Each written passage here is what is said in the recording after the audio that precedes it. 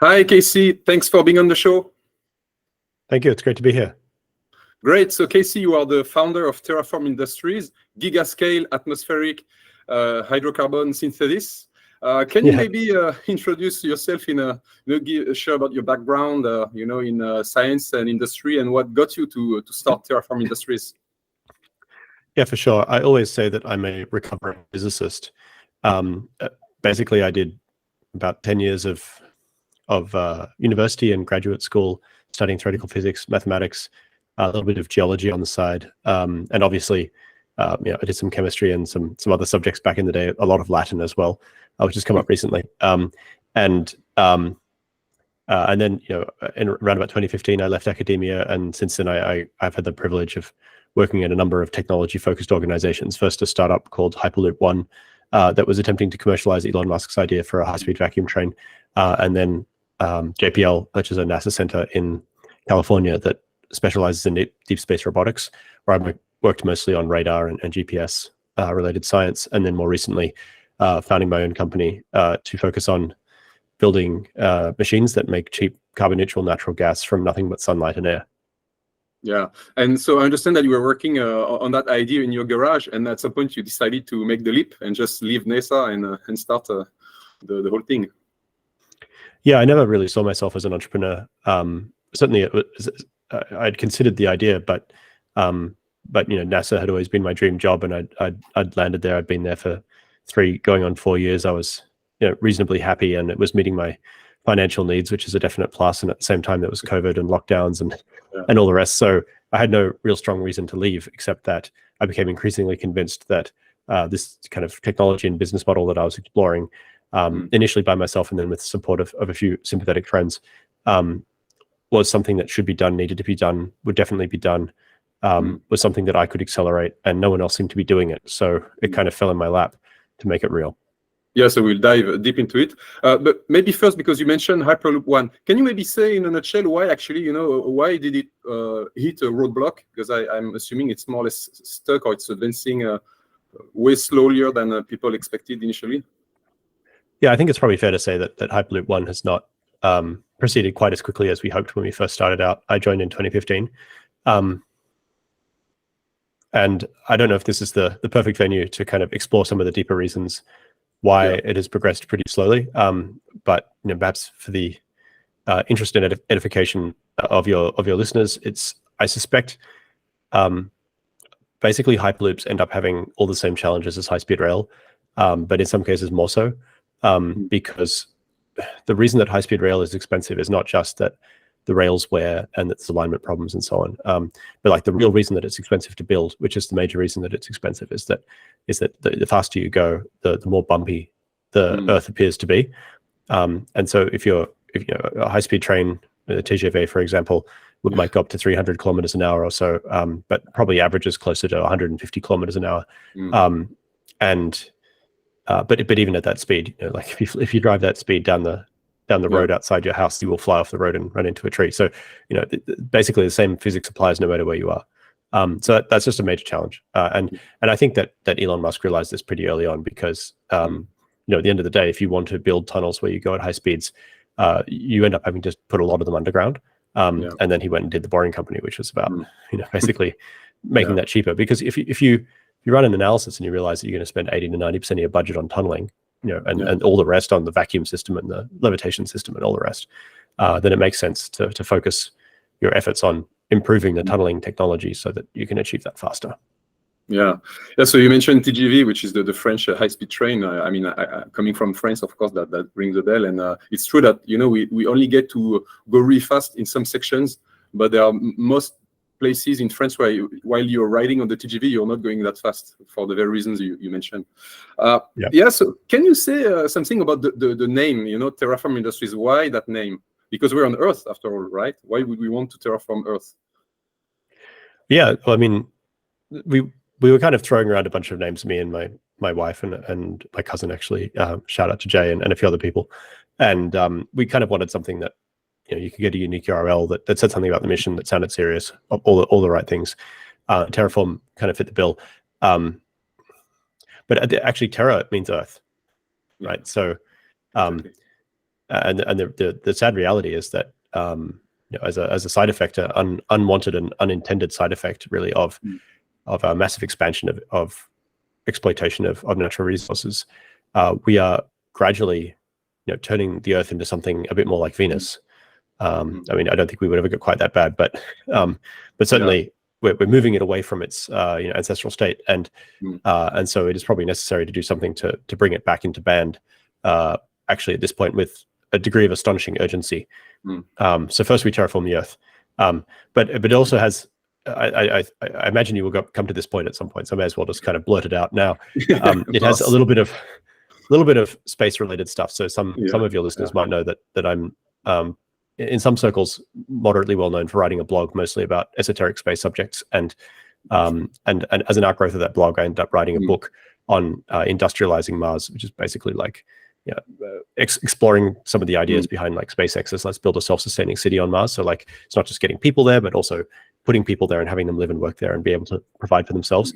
And in order to do that, you obviously need a source of hydrocarbons. And so I wrote a chapter on hydrocarbon supply chain and kind of grappled with just how difficult that would be to do on Mars, even under ideal circumstances. But a lot of things that make it difficult on Mars are actually not a problem on Earth.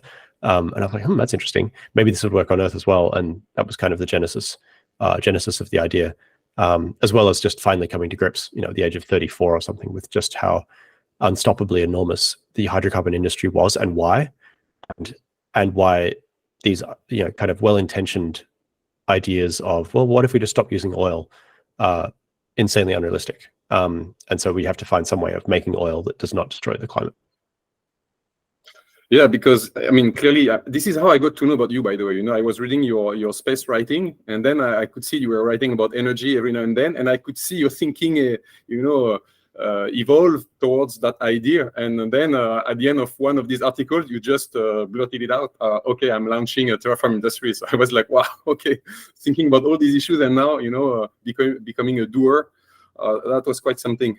And yeah, I mean, clearly, for those, of course, who are familiar with the space stuff, it's all about ISRU, in situ resource utilization, because if you're on Mars and you want to make fuel to go back to Earth, you need to make methane. And there's a reason why Starship is using methane, because you can make it there on Mars using the CO2 from the atmosphere and water from the ice or whatever. And this is exactly what you're doing, but here back on Earth to fix the climate crisis. So that's funny, because it's one of these innovations coming from the space realm in a way, but that will have a direct impact here on Earth, and maybe even before it's implemented on Mars, surprisingly.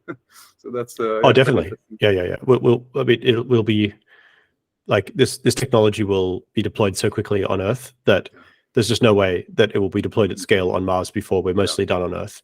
In fact, there's a good chance that it will kind of ultimately be the source of a pulse of enormous economic growth and development on the Earth, which will again help free up the resources needed to go and do this on Mars. But there's one other connection to space, which is that at the core of our situation, the core of our challenge is one of energy availability, and our process is extremely energy intensive. It needs to consume a huge amount of energy, and that energy has to be extremely cheap. Really, it can only come from solar arrays, and solar panels themselves were extremely expensive and esoteric technology that could only really be used, justified cost-wise, for space applications for decades, really. But their development and use in space applications by NASA and other space agencies and various commercial satellite providers was the original N generations ago development of the expertise and technology, which allowed it ultimately to become applicable on Earth, and then now not only applicable on Earth, but the cheapest form of energy for many different applications on Earth, and soon all possible applications. Yeah, and it's very important that you talk about solar panels, and I'll ask you something about this in a second. Just before that, I'm just flashing, for people who will watch this on YouTube, the homepage of Terraform Industries, and so it's I think the first time I ever see a website like this for a startup. Can you maybe say something about how it relates to your philosophy at Terraform Industries for also engineers considering joining you? Yeah, of course. Actually, it occurs to me I need to update it. If our most recent update is in July, it's been a couple of months, and we've had I think just so much stuff has been happening. I haven't had time to update it. But I'll update it tomorrow. How about that for a deal? So it actually, I'm not a web designer by trade, and it did actually, and I wrote this before ChatGPT, so it actually took me probably longer to make it look this bad than it would have just to use, Google websites or Squarespace or whatever. But I wrote it in this way quite deliberately, and for a couple of reasons. The first was I wanted to harken back to nostalgia for a time when the internet was kind of seemed more full of possibilities, and when the internet was kind of run by and for and ruled by tinkerers and hackers, who are the sorts of people who we're looking to attract and impress and work with and recruit. And so, even though my memory of an internet that looked like this page is dim, let's say, because I'm not that old, it is still an aesthetic that speaks deeply to the reality, which is the future is unwritten, and for all our technology, compared to the world in 100 years, everything we're doing today will be hopelessly primitive, and so we may as well get on with that. And then the second reason, of course, is that I raised actually a staggering, eye-watering sum of money by the standards of anything I dealt with before, but I was committed to spending every last cent of that money as carefully as I possibly could on the central mission, which is accelerating the retirement of fossil fuel extraction on the Earth by displacing it with a better, cheaper, cleaner, carbon neutral form. And so it just turns out that I could easily spend $100,000 on a website, or I could spend $100,000 hiring an engineer for a year. And I'd rather hire the engineer. And then I guess finally, the product we're building and the key insight that we have developed is that it is possible to do this. It is possible to make cheap synthetic hydrocarbons, but it's only possible if the machinery that you're developing to do it is incredibly cheap. So we're talking like the Ford Focus or the Toyota Camry version of machines that hitherto have only really been like custom Ferraris. And that's, again, it speaks to like an aesthetic or a philosophy of extreme value engineering and safeguarding value for the customer. And again, no frills. So the website's no frills.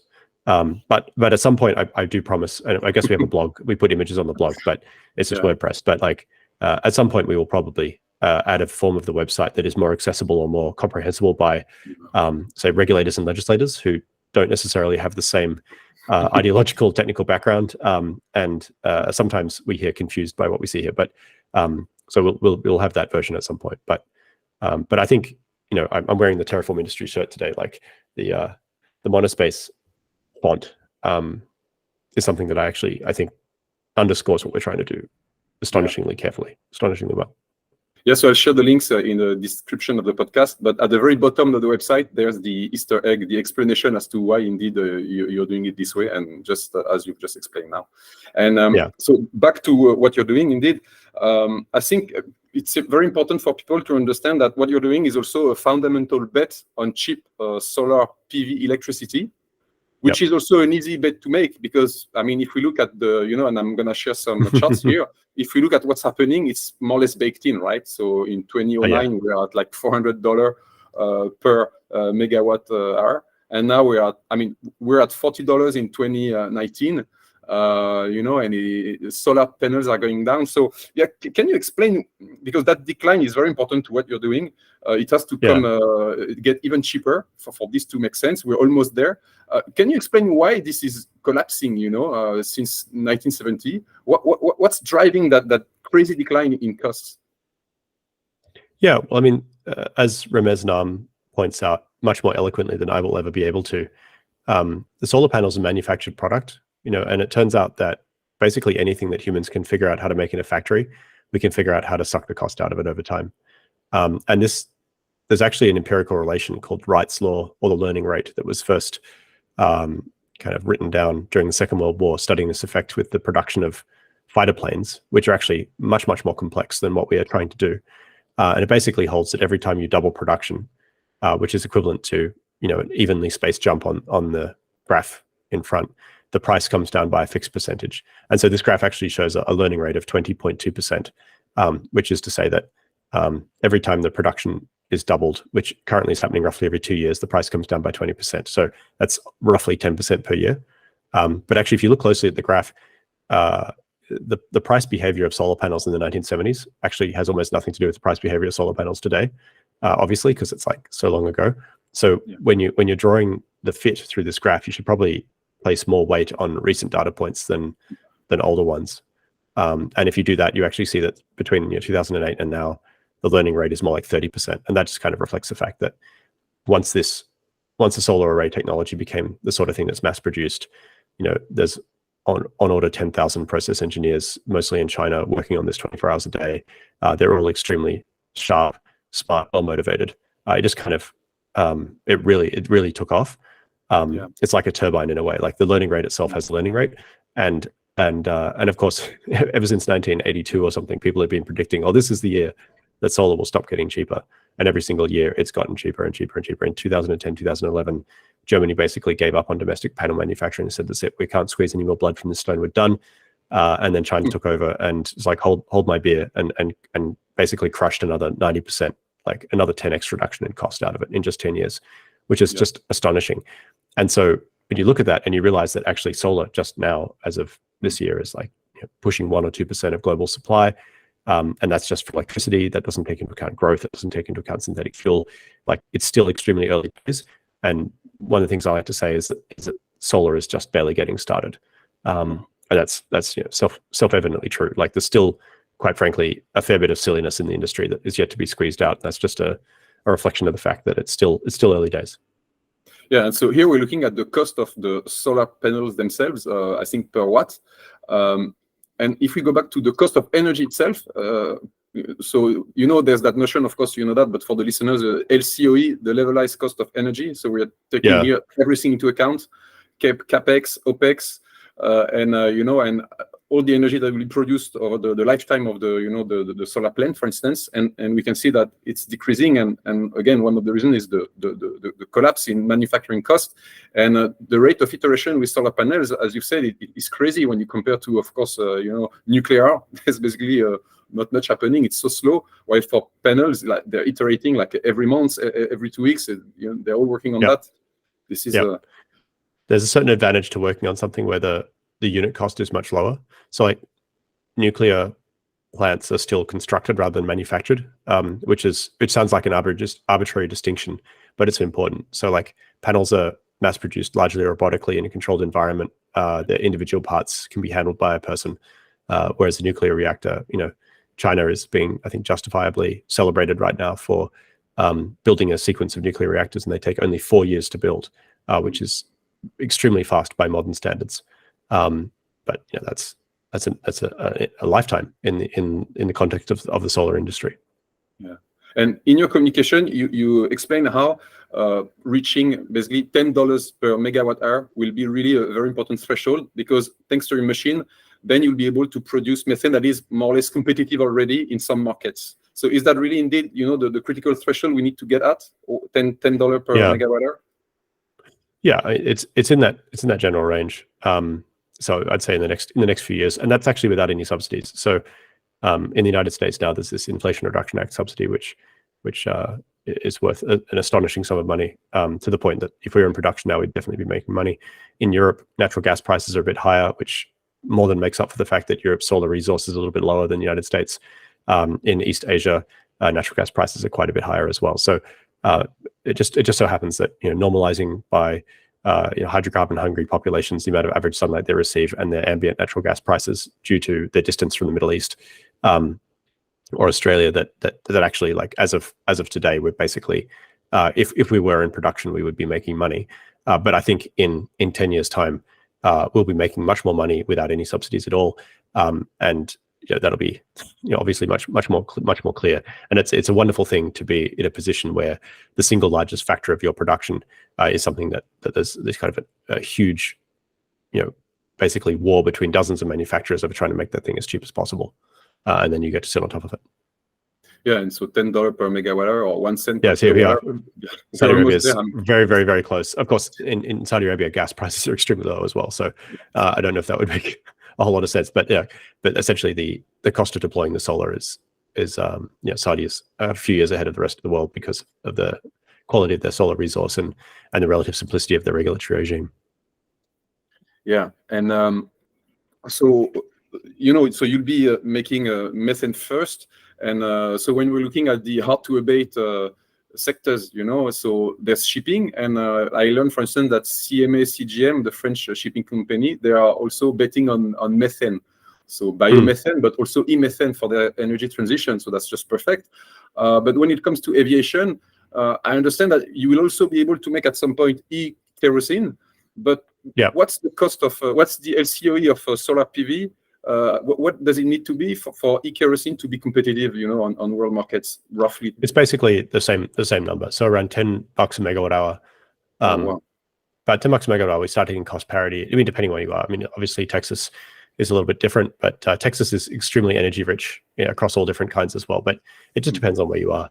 Now we actually do not have SAF, sustainable aviation fuel reactor in development right now. We've done some trade studies on it, but we do have an LOI with another startup which is actively developing a reactor that produces that, a chemical reactor that produces that, and its inputs are CO2 and hydrogen, which our machine produces as well. So you can imagine taking a terraformer and just kind of subbing or swapping out our methane reactor with a SAF reactor. And actually, in general, the chemistry which allows this to operate is well understood. It's been around for almost 100 years in most cases. You can make octane, which is gasoline. You can make kerosene, make paraffins. You can make butane. You make ethene, which is the fundamental unit of most plastics. You make methane, methanol. And then there's also some very interesting research coming out right now, mostly from China, showing that it is possible to basically physically and chemically rather than biologically synthesize sugars, fats, proteins, starches, etc., from these same feedstocks, which is actually really interesting because if you think about like the net ecological impact of human life on planet Earth, I think a huge fraction of that is our use of essentially all of the good land for growing food, as opposed to essentially what it was before, which is like bison habitat or whatever. And huge swaths of that is simply growing food for biofuels, which we directly substitute, growing food for feeding animals, which obviously there's also many efforts afoot to make good substitute synthetic meat, but you could also feed animals synthetic food of higher quality and better nutritional value than just like endless corn and soy. And then obviously for the staples, there's no doubt in my mind that by the time I'm dead of old age, hopefully, we'll have synthetic flour essentially of all these different varieties that is just as good, if not better, significantly cheaper than essentially growing these highly developed pesticided fertilized monocultures all across the Midwest United States. And of course, I support choice in the market, but it's a good substitute. And the really neat thing is that the land use is much, much lower. So essentially 1% or 0.1% of the land, you can have the same net output of reduced carbon, whether that's sugars or fuels or whatever, essentially freeing up either most of the world's land for ecological restoration or production of more food for, if somehow we figure out how to increase the population by a factor of 10 or 100, that's not a problem. So essentially like all these limits that we've kind of grown up with can go away. Yeah, and so talking about land, so you're making a good point, and it's way more efficient to use solar power to then generate all these hydrocarbons than to use biofuel to make biofuel. And so indeed, I think you're not worried about the cost of solar PV, but now if we are to make an impact, it's also about the total deployment, right? And while so far total installed capacity is more or less doubling every 2 years, I think it's even getting to 18 months. But can that be sustained long enough? Because if that's the case, then I think by 2040 we're able to indeed displace all the fossil fuel that we're using currently. But can that be sustained until then? Because like the last doublings, the amount of copper we need to take out of the ground, that's stupendous. That boggles my mind. Do you think we can sustain that pace of doubling like every 2 years or so? Yeah, it's a good question. Of course, it's impossible to say with certainty in advance if this is possible or not. But what we can say is that there'll be a very strong economic incentive to make it happen. And so, essentially all the incentives will be aligned up and down the economy to free up those resources to enable it. And then in terms of an existence proof, if you look at, the per capita allocation of solar arrays, for example, like essentially you take the total number of solar arrays and divide it by the total number of people and you say, well, how much solar array do we need per person? and you add up the total mass of all the elements in that solar array, then that per capita allocation of mass is nothing like 10,000 tons of steel per person or something equally impossible, right? It's actually pretty comparable to, if not less than, per capita allocation of say metals and stuff for a car, or for a house, or a skyscraper if you live in an apartment or something like that. So just as a matter of fact, the world produces about 5 billion tons of cement, Portland cement per year, and the world population is about 8 billion people. So roughly speaking, on average on Earth, we consume about 600 and so kilograms of, which is about 1,300 pounds of cement per person per year, right? So that's a lot. And one of the really neat things about solar arrays, well, first of all, if you look at your per capita allocation of farming land, it's obviously far larger for the same reason that we just described than your per capita allocation of solar panels. And then the panels themselves can be made extremely thin because essentially everything they're doing is a two-dimensional process. So I seem to remember, I'm just going off the top of my head, the physical limit is something actually quite a bit less than one pickup truckload of panels to produce 1 megawatt of power, and 1 megawatt of power can supply something like 20 or 30 households. So the truck itself will consume more material than all the solar arrays. And I mean, copper is becoming scarce, in particular, but there's no shortage of it in the crust. Right. So I think we just need to get a bit smarter about how we prospect, locate, and exploit reserves of minerals in the crust without totally destroying the upper few meters of the crust that support life and everything on it. So kind of the opposite of what's going on in Germany with coal mining right now. Yes, so I think the reserves are a bit tight, but when you look at the resources, it's so much more abundant. But the thing is, it takes like 10 years or more to open a copper mine. So that's my concern. If we are to get there by 2040, they'd better get started investing and opening these mines. Else we'll have an issue for the last doublings.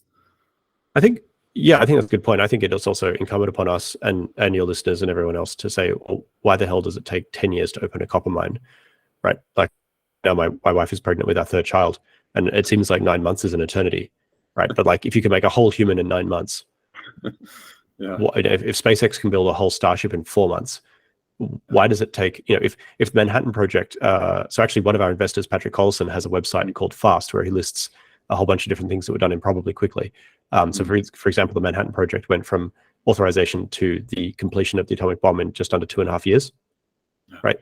Like including like the invention of a whole host of technology and the building of uranium refinement enrichment schemes, et cetera, at absolutely colossal scale, like consuming tens of thousands of tons of silver to build these giant magnets. Like the entirety of the US, Fort Knox or whatever reserve of silver was taken out to build these systems and then later returned. And you say, well, it's impossible to build a copper mine in less than 10 years. Give me a break, right? Like if there's a financial incentive for it, it can easily occur. And I think what you're doing will actually, I mean, for now, you're maybe still flying under the radar somehow, but soon enough, it will be clear to everyone that there's a huge opportunity to displace all that fossil fuel competitively. And that will certainly provide way more incentives for people to start opening these mines and coming up with all the pieces you need. A huge gold rush or copper rush. Well, actually, in our case, we don't even need all that much copper. So one of the things that we realized early on was that the cost of transporting power in the form of electricity is about 15 times higher per unit power, per unit distance than to transport that same power in the form of gas after our process. And that process is about 30% efficient. So that's part of the reason for that. And that actually just means like the natural place to put the very power intensive parts of our process is right next to the solar array. So you actually need less copper than you would need for electricity transmission. Exactly. And then the other point you just touched on, which is super interesting, and the reason that my Twitter bio has said build more solar for the last year or so, is that conventionally, if solar comes down in price by say 10% a year, then we can predict that demand will increase by, I don't know, 20% per year, 30% per year, something like that.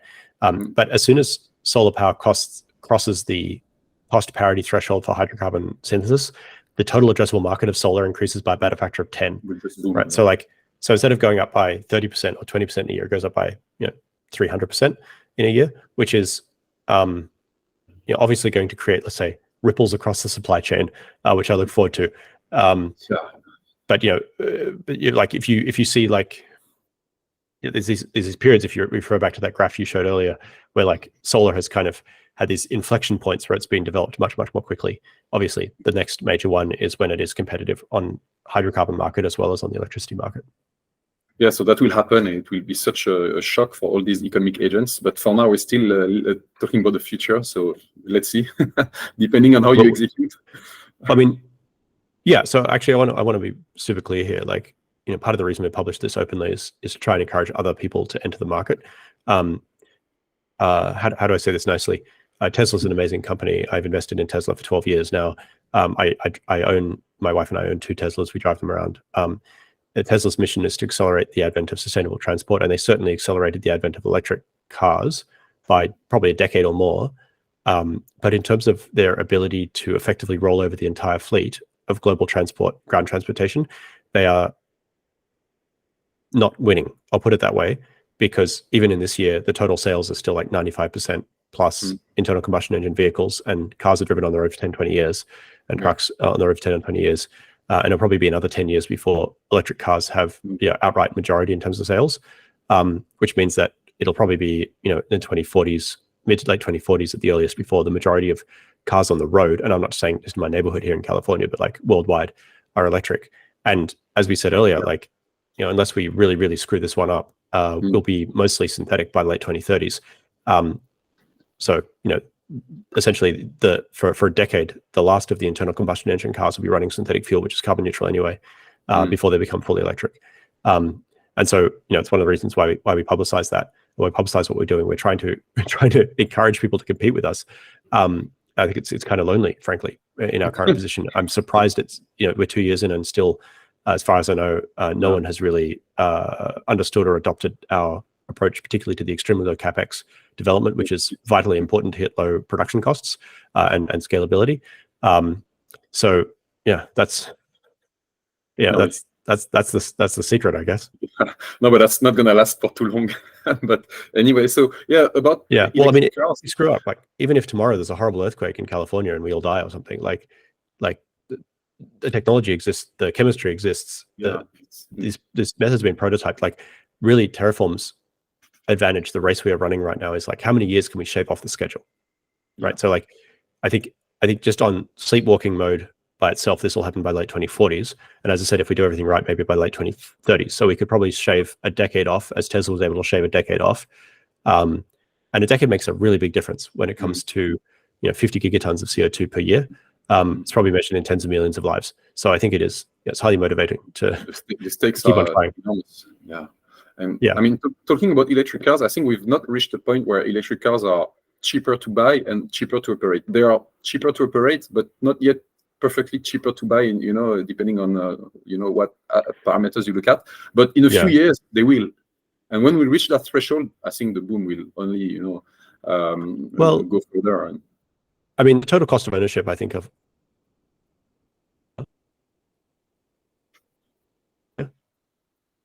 Okay. Can you hear me, Thomas? Yes, I can. Yeah. Okay. Sorry, you froze there for a second. The total cost of ownership for electric cars, I think, is already quite a bit lower. For like Tesla Model 3, for example, the major obstacle to adoption is that Tesla hasn't been able to ramp up its production rate quite quickly enough, although it's double production every other year, which is pretty amazing. But that all the other car manufacturers, who we were told for decades, as soon as they flex their pinky finger, are going to crush Tesla, have just now, in the last couple of years, attempted to be somewhat serious in bringing compelling electric cars to market. And unfortunately, to this day, it still looks like the number of electric cars out there that are both compelling, that is to say, customers want to buy them, and profitable for their manufacturers to produce, rounds to zero for non-Teslas, which is a real problem. There's actually quite a number of very nice electric cars available from other manufacturers now that the manufacturers lose money producing, right? And then there's a number of other electric cars out there that the manufacturer doesn't spend so much money on, but no one wants to buy. And so it's really hard to square that circle. Yeah, but so, I mean, and that touches upon a question I'll ask you later as well. But, I think if we look at the Chinese manufacturers, there are some crazy cars coming from that market with a lot of innovation. Yes. And I think this year is the year BYD, the Chinese manufacturer, is going to sell more electric cars than Tesla.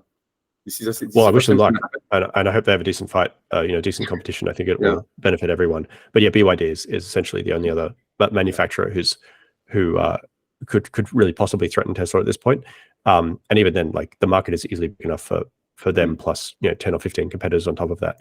But I just I find it really quite sad that that Volkswagen, BMW, and Ford and all the rest have been so slow in the uptake. I think that a lot of these car companies are really old. They have great history, and they've largely forgotten what it was that got them to where they were, and it's a real problem. It's really hard to rebuild. Yeah, and there in the US, there are some tariffs, and I think the America will, I don't know, maybe I don't know if they are gonna put in place even more tariffs for these Chinese cars. But in Europe, it's a big concern because you have all these manufacturers as well, all these jobs, and I think we don't really stand a chance so far. If you look at what's been done compared to all these Chinese cars that are so cheap. So I don't know how it's going to play out, but if ultimately we move faster to electrifying ground transportation, I think it's for the better. So let's see. Well, it seems to me, on that note, and I no doubt some of your listeners are European, that I'm unaware of a case in which European trade protectionism has led to long-term strengthening of European industry vis-a-vis competition with China. But there's nothing that China does that Europe can't do.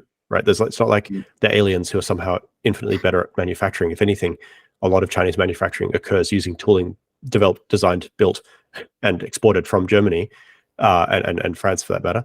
Not that long ago, England, United Kingdom, had serious heavy industry. They produced aircraft, they produced cars, multiple different cars, competing planes, even computers. And nowadays, like, it seems their major export is resentment. Like, it's I'm going to be a little spicy here. Like, I'm not, in some sense, I'm not, like, I know that there are still manufacturing going on there, but like, where's the product development? But there's no reason why this can't occur, right? Like, the Europeans they're not owed cushy jobs forever, right? Like, the role of the government policy shouldn't be to be like, oh, we'll just ensure that everyone can retire in place. The role should be like, well, crap, if we don't fix it now, it's going to be much harder in 5 years. How do we actually, reinstate some killer instinct amongst the manufacturers here and have them actually compete? And it was a difficult and dark and just frankly a horrible process for United States industry, but particularly since COVID, a little bit before then, but since COVID, there's been a huge effort to reshore and nearshore manufacturing back in the United States, and it's proceeding apace. And what we will see is that United States manufacturers will, as they were in the past, be able to compete with Chinese imports on cost. And I don't see any reason why Europe can't do that as well. If anything, it would give the next generation something to do. Yeah. And so back to your technology. So I'm showing the screen again. Can you maybe say a bit more about the three subsystems that you're using to go from CO2 in the air, water in the air, and methane out? Yeah, sure. So we talked a little bit about reactors earlier. So the reactor is the heart of the system. It's a machine that performs chemical synthesis. It takes in CO2 and hydrogen and produces methane and actually water as well as a byproduct. And this is a reaction that's been around, understood for more than 100 years. And in fact, in reverse, forms the basis of hydrogen production today via steam reformation. So we're kind of running that process in reverse. And I mean, I could go into infinite detail on it, but I'm actually super excited because this week I guess actually last week, but into this week as well, we've been testing our Generation 3 chemical reactor, which is performing this operation and reliably producing methane now, which is super cool because previous reactors were kind of designed to do this piecemeal, and they did that, but now we've got one that runs continuously, which is super cool.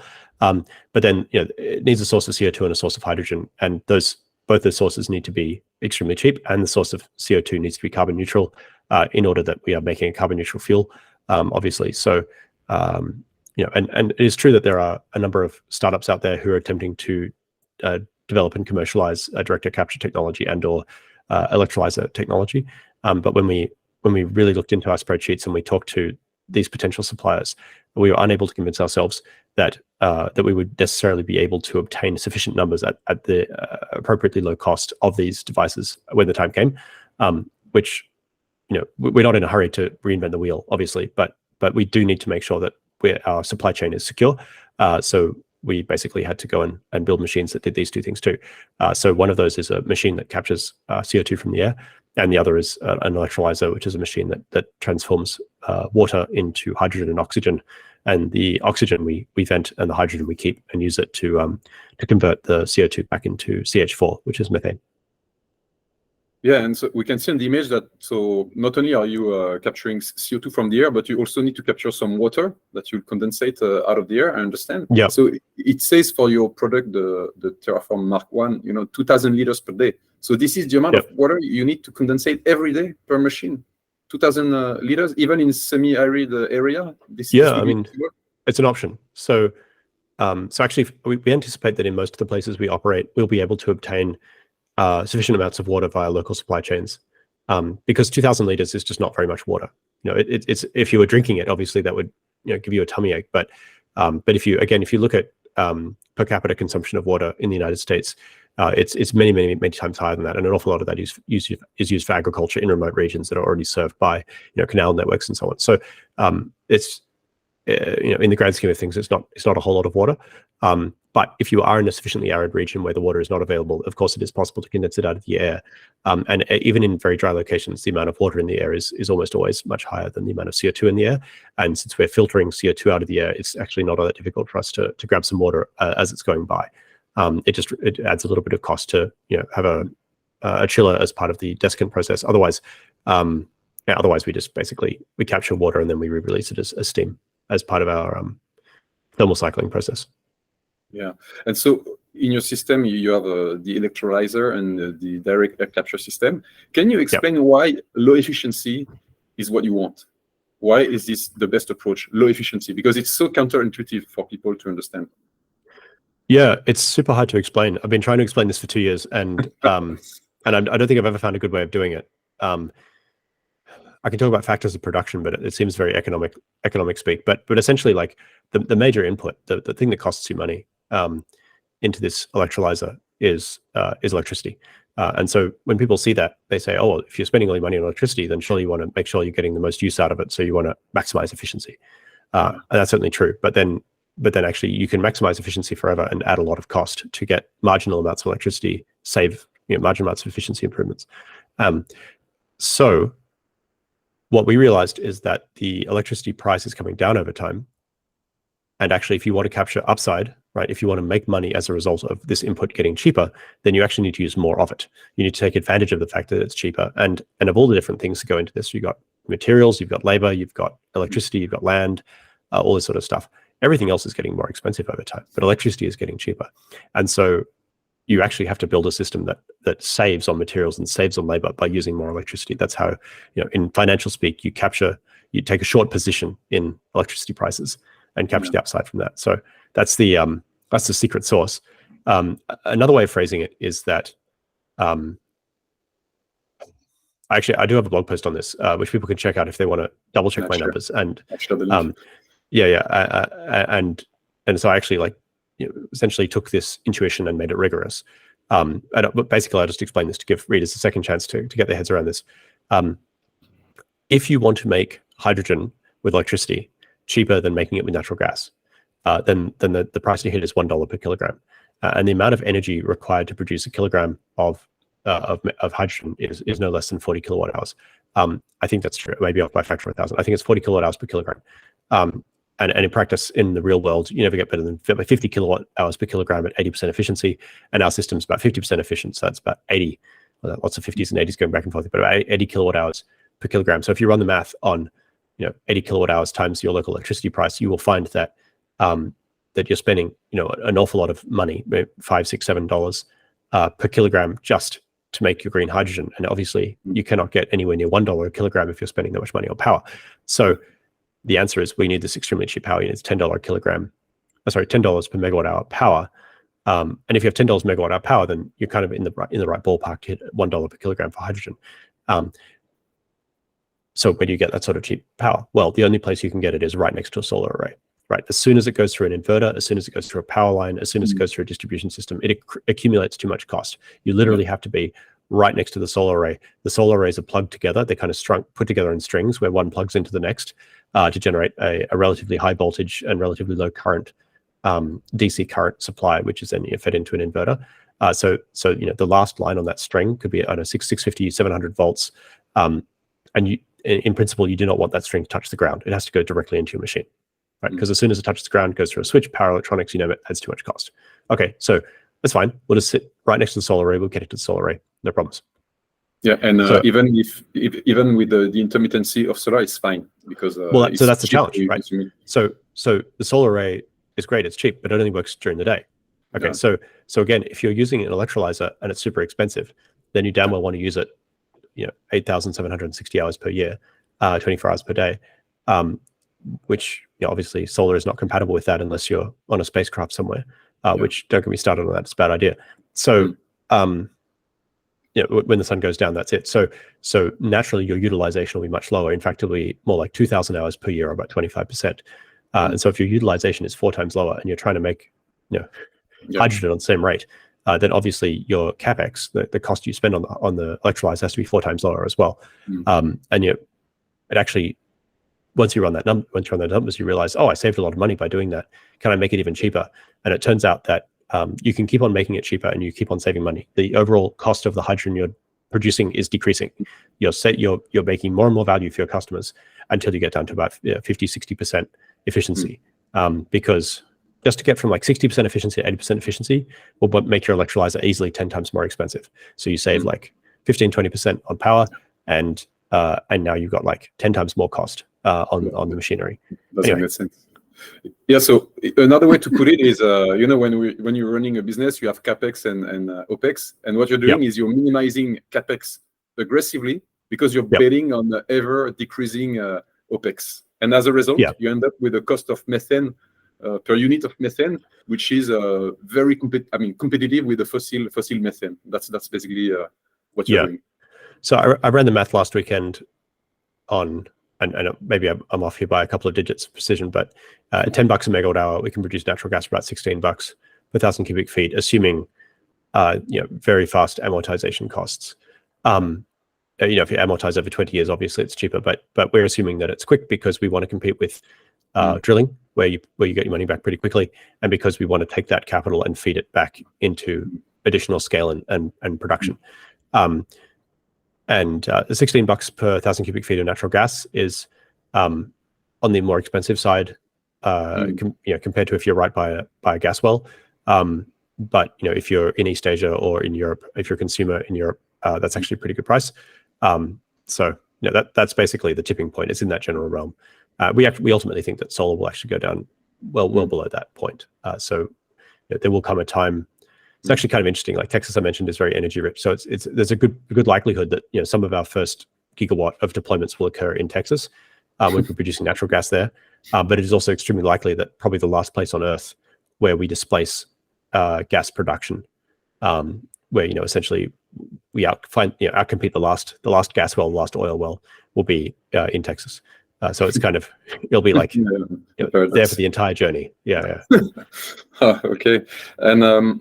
Yes, so I think you've in one of your white papers, you've tried to assess the market for your machines. So assuming we'll replace all fossil fuel and given a cost of, I think, $30,000 per machine. So you've assessed that market at $2 trillion per year, more or less. Yeah. And so if that's the case, and if all you're doing is basically combining low tech in a smart way, if that can be reverse engineered and copied easily, I mean, what is the market share you expect to retain after, let's say, 20 years, 30 years, when all the Chinese manufacturers will go at it, and given that it's way simpler than manufacturing cars, as you said yourself? So what is realistically possible for you to hold as a market share after 20 years of that $2 trillion per year market?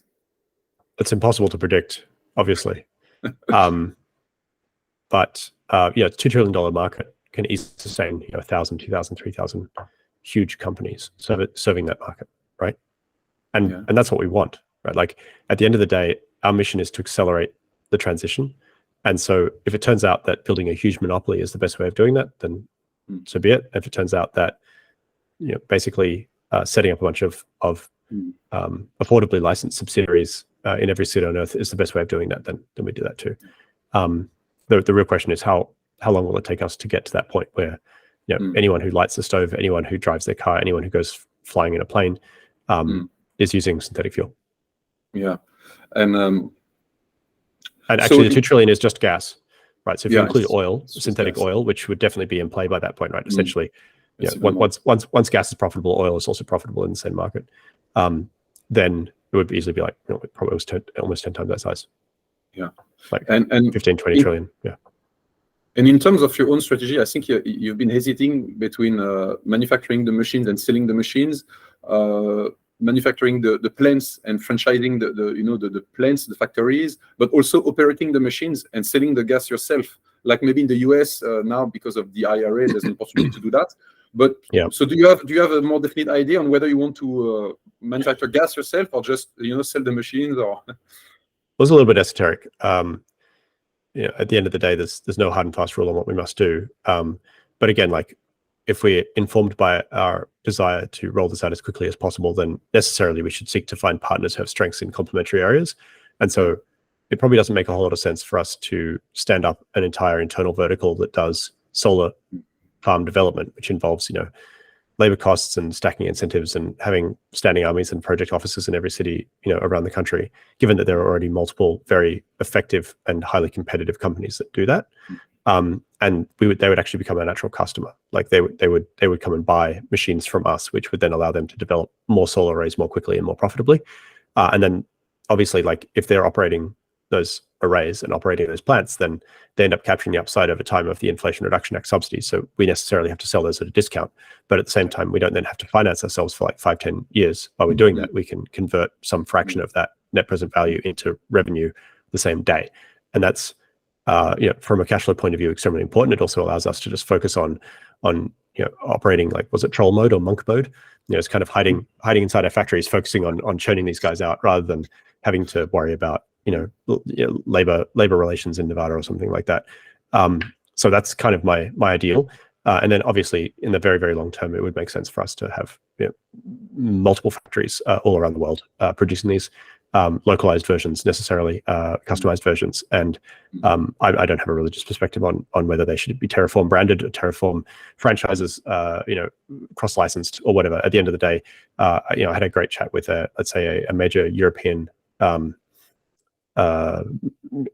industrial vertical company last week, and I basically said, like, what is your plan to develop this technology, and we will license what we know to you.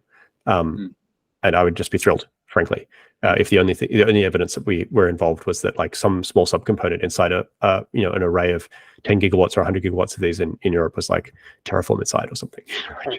No, only to the people who installed it. That's fine. That's fine with me. Yeah, okay. And so I think you and I share a fascination for the Haber-Bosch process. I read the Alchemy of Air based on your recommendation, and it's amazing how humanity faced a similar challenge back then.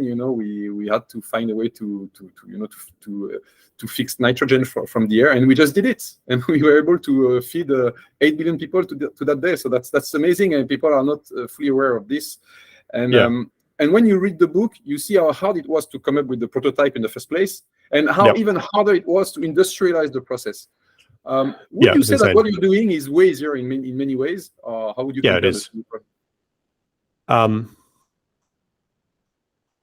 It's always easier to do something the second time, or in this case, the 400th time. Right. So like they were just discovering principles of catalysis for the first time. We have multiple suppliers who will sell us optimized catalysts for our process. They were just discovering hydrogen embrittlement for the first time. We have multiple grades of stainless steel we can buy same day delivery, which resist that same process. They were figuring stuff out using slide rules and stopwatches. We all have supercomputers in our pockets. And so on and so forth on top of that. Obviously, raising capital is much easier today. We're much richer than we were. On top of that, we also have advanced electronic controls, sensors, computerized all stuff on top of that. What are the other things? We have essentially infinitely more advanced material supply chain and so on. Like as an example, for a demonstration, basically a conceptual prototype that we built a few months ago. we used car tire inflators as compressors off the shelf. Yeah. Right. And that just wasn't like automotive supply chain did not exist in the 1910s, 1920s when Haber-Bosch was first being developed. Actually, a couple of weeks ago, I visited the plant in Leuna where this was all first done. It's discussed in the book. And just outside the plant, they have a boneyard of like bits and pieces that they cut out of the factory that are no longer used, but were used for like, 20, 30, 40, 50, 60, 70 years in some cases.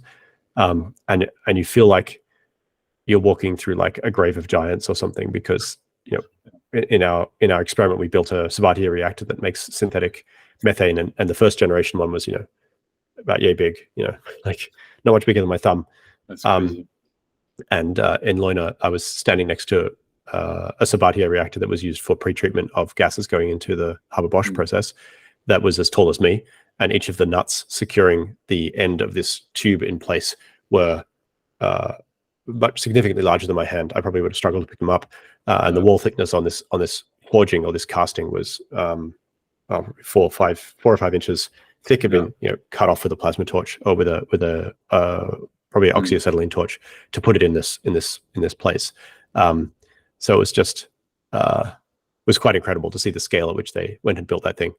But obviously, like they were serving a staggeringly enormous market, and also because their source of energy was localized, right? It was the local lignite mines around that plant. It made sense for them to go large. It is certainly the case that if we were able to obtain sufficient electrical energy, we could probably produce natural gas 10, 20, 30% cheaper with a much, much larger plant. Think on the scale of like a large cement plant rather than a couple of containers. But we would get absolutely killed on electricity transport cost. So we necessarily have to spread ourselves out. Yeah, and because you released basically the plans of the Terraform Mark 1, but that means that there will be a Mark 2, Mark 3, and maybe operate at larger scales. But you start small because at least it's easy to get started. Yeah, I think. Well, I mean, eventually there'll be a Mark 50. I think we'll probably push out 2 or 3 revs a year, right? So like, once we're in production, and then every time we set up a new factory, we'll do a different version. But the intention behind that was a compact document that we could hand to our customers and to their representatives and friends, so they could understand what the interfaces are, what the shape, the financial shape of the product was, without worrying too much about the internals and essentially the magic that goes on under the hood, which is where I'm mostly focused. If you read the earlier white papers, like 10,000 words of like excruciatingly dense, physics-based prose. Message received on that front. So that was quite fun. And also commissioning the drawing and getting the drawing right. But that's kind of understanding the value prop, articulating the business plan. As far as future plans, look, never say never on certain countries that don't really have solar resources but have adequate wind resources. The best and cheapest wind turbines now are like 15, 20 megawatts in size. I think in future they could easily go beyond 100 megawatts in size. And so then it would, if we were operating that scale, we'd obviously make a larger plant. But it would probably be mostly just what we're already doing, copy pasted in a row, which is cool. And the reality is like there's kind of a linear square thing going on with the cost of transporting electricity over distance, down a string of solar arrays, right? So like you could imagine saying, well, maybe we'll save 8% on cost if we make the solar array 2 megawatts instead of 1 megawatt or something like that. But you lose on the transport. Like, in order for that to be a problem for us, we need to be so far along that we're like Tesla, starting out with the 18650 cell because it was the standard laptop battery cell, and then getting to the point where they're 80% of the market for that particular cell, and saying, okay, we'll go to 2170s and then 4680s for those cells, because we end up saving quite a bit of cost once we are the big dog in the fight. Right now, we're minuscule. We're nothing to do at all. I think in 10 years' time, synthetic fuel will be easily 80% of the solar array market. So at that point, it makes sense to start thinking about developing solar arrays custom for synthetic fuel. Yeah. And so what's the status right now? I mean, what's your next milestone, and when does production start? So you already have 2 clients, if I understand well? I lost count. We have offtake agreements, natural gas offtake agreements with SoCalGas and PG&E. And I'd actually say that like within our local market here in Los Angeles, we will continue to produce and sell gas directly as a gas producer for the indefinite future, even as we scale up our business producing and selling terraformers, and then ultimately in the future scaling up and selling terraformer factories. Then you know, for the time being, especially like, actually, we're just across the road from Skunk Works, which is where Kelly Johnson wrote down his rules. And one of the rules he had, one of his 15 rules, was the contractor always has to test their own airplanes first, right? Because otherwise they don't know what they're talking about. And we see the same thing as well. So you had a question about intermediate milestones. We actually have a whole bunch of like very kind of esoteric internal milestones, but in terms of the major one coming up, we're going to do an end-to-end demo early in the new year. So this is something we've been working towards for quite a long time. In the real world, obviously, things take a bit longer. You end up going down some side alleys. You end up finding economies you were not expecting, things worth exploiting, things worth doing twice, things worth checking, et cetera, et cetera. But it's super exciting for us to get to that stage just barely 2 years after we started. And for this demo, what we intend to demonstrate is that we can capture CO2 from the air. We can feed that into the reactor. We can make our own hydrogen from our own electrolyzer that validates our extremely low-cost design principles and feed that into our reactor. We can combine those two in our reactor and produce methane that is carbon neutral, that is at significantly lower cost than any other synthetic methane ever produced, that is at lower cost than biomethane, that is at a cost where if we sell it into RNG markets, we make, you know, a significant profit margin. When we sell it with Inflation Reduction Act credits, we also make a significant margin. At that point, you can take those cylinders, you know, we fill up a couple of cylinders with gas, slap a commemorative label on the side, sell it to, you know, Soco Gas sell one to, PG&E sell one to. There's a couple of other people we have not quite ready to announce yet, but quite a number of other potential off-takers that we're working with, and basically gather together a bunch of checks for about 10 cents of gas each. But that's crucially important to show that, you know, the tech stack works and the business model works, and the customer is prepared to part with money to purchase what you're selling. At that point, you know, a lot of the kind of intangible risk, as far as an investor is concerned, is addressed. So that's our major externally legible milestone coming up. Yeah, because there doesn't seem to be any market risk. I mean, if you can deliver cheaper methane that is carbon neutral, of course, there'll be a market. There's no technical risk. You're saying, you know, the tech stack is proven. So it's all about what sort of market share can you still hold eventually, and whether, you know, solar PV will get deployed fast enough and cheap enough. But this seems to be more or less baked in. Yeah, so there's risk, obviously, in terms of the rate at which solar gets cheaper. Although at this point, I don't lose sleep over worrying whether solar will get cheaper faster than these various incentives get rolled back. I think that if anything, the opposite will occur. Like, solar will get cheaper faster, the incentives get rolled back, our profit margins will increase and then stabilize ultimately.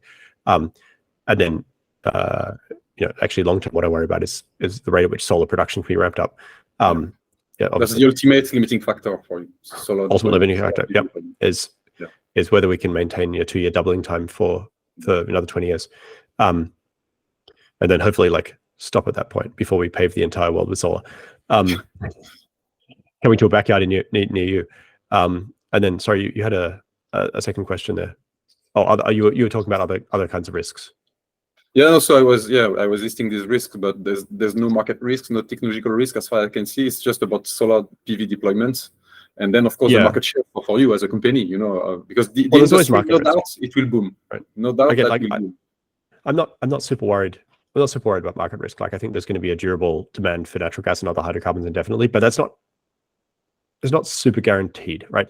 So, like, one of our investors, and I won't name drop them, they're fairly well known. Sorry, one of our, not investors, but an investor I spoke to pointed out that if electrification is as successful as Elon Musk or Saul Griffith want, then it may be the case that the demand for hydrocarbons, at least for ground transportation, tapers rather quickly. And I said, look, if that was the reason that Terraform failed, then I would hang up my hat happy and go home with a spring in my step. But ultimately, like, even if tomorrow every car and truck went fully electric, it would barely make a dent in natural gas demand, right? Let alone oil and gas demand. Oil and gas is like 20, 30, 40% ground transportation. But actually the elasticity, if you like, the price elasticity of oil and gas is extremely stiff, just for all kinds of other applications. Turns out that civilizations love cheap energy, so the spice will continue to flow. But it's also, someone might figure out beta voltaics, right? Someone might figure out how to do compact nuclear power really effectively or something. Again, that would be wonderful. But I'm not going to hold my breath or bet the future of the world on that occurring. So I'd like to turn to some of the objections I get when I discuss Terraform Industries. So, there's one way to say it, like, you'll replace existing methane consumption, right? But that's not what you're saying. You're also saying that hydrocarbon consumption will go up, like overall from 6 trillion per year today to possibly 25 trillion per year by 2040.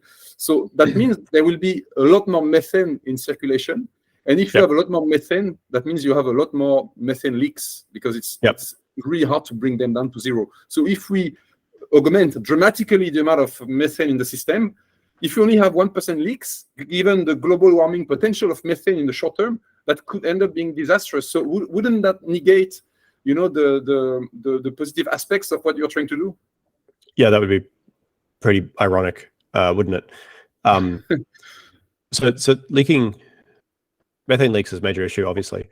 A lot of the leaks are occurring from poorly capped or uncapped wells, basically abandoned wells. So like if we stop drilling holes underground, we'll stop making new leaks.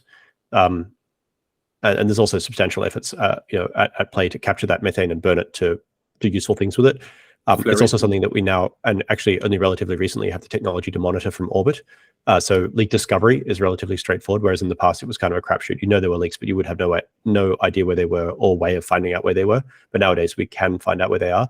And so I think once we have the detection in place, we can put in place regulation that essentially helps operators of pipelines and so on ensure that the leakages are accessible. And then of course the ultimate snarky response to that is that the Terraformer directed capture system filters a lot of air. And we have actually investigated, like, what would it take to put a catalytic filter into the Terraformer outflow such that if there was ambient methane, we would oxidize it in place. So a little bit like a catalytic converter in a car. And so, at that scale, we'd be processing something like 3 or 4 cubic kilometers of air per second.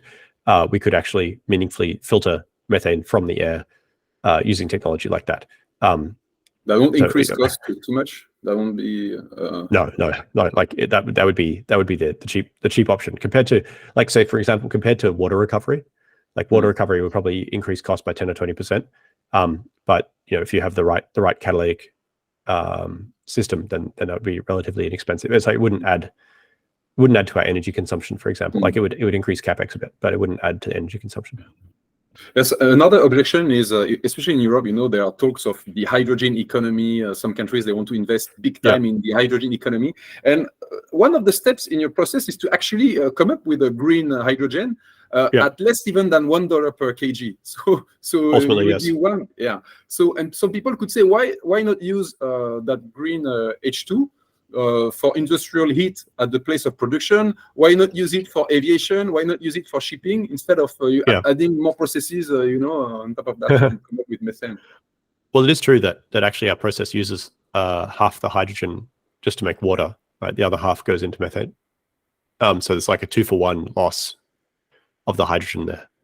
And the answer is, like, if you are a company that needs green hydrogen, or it just needs cheap hydrogen, frankly, and you have a sufficient supply of electricity, then we can use our electrolyzer technology to make as much hydrogen as you could possibly want.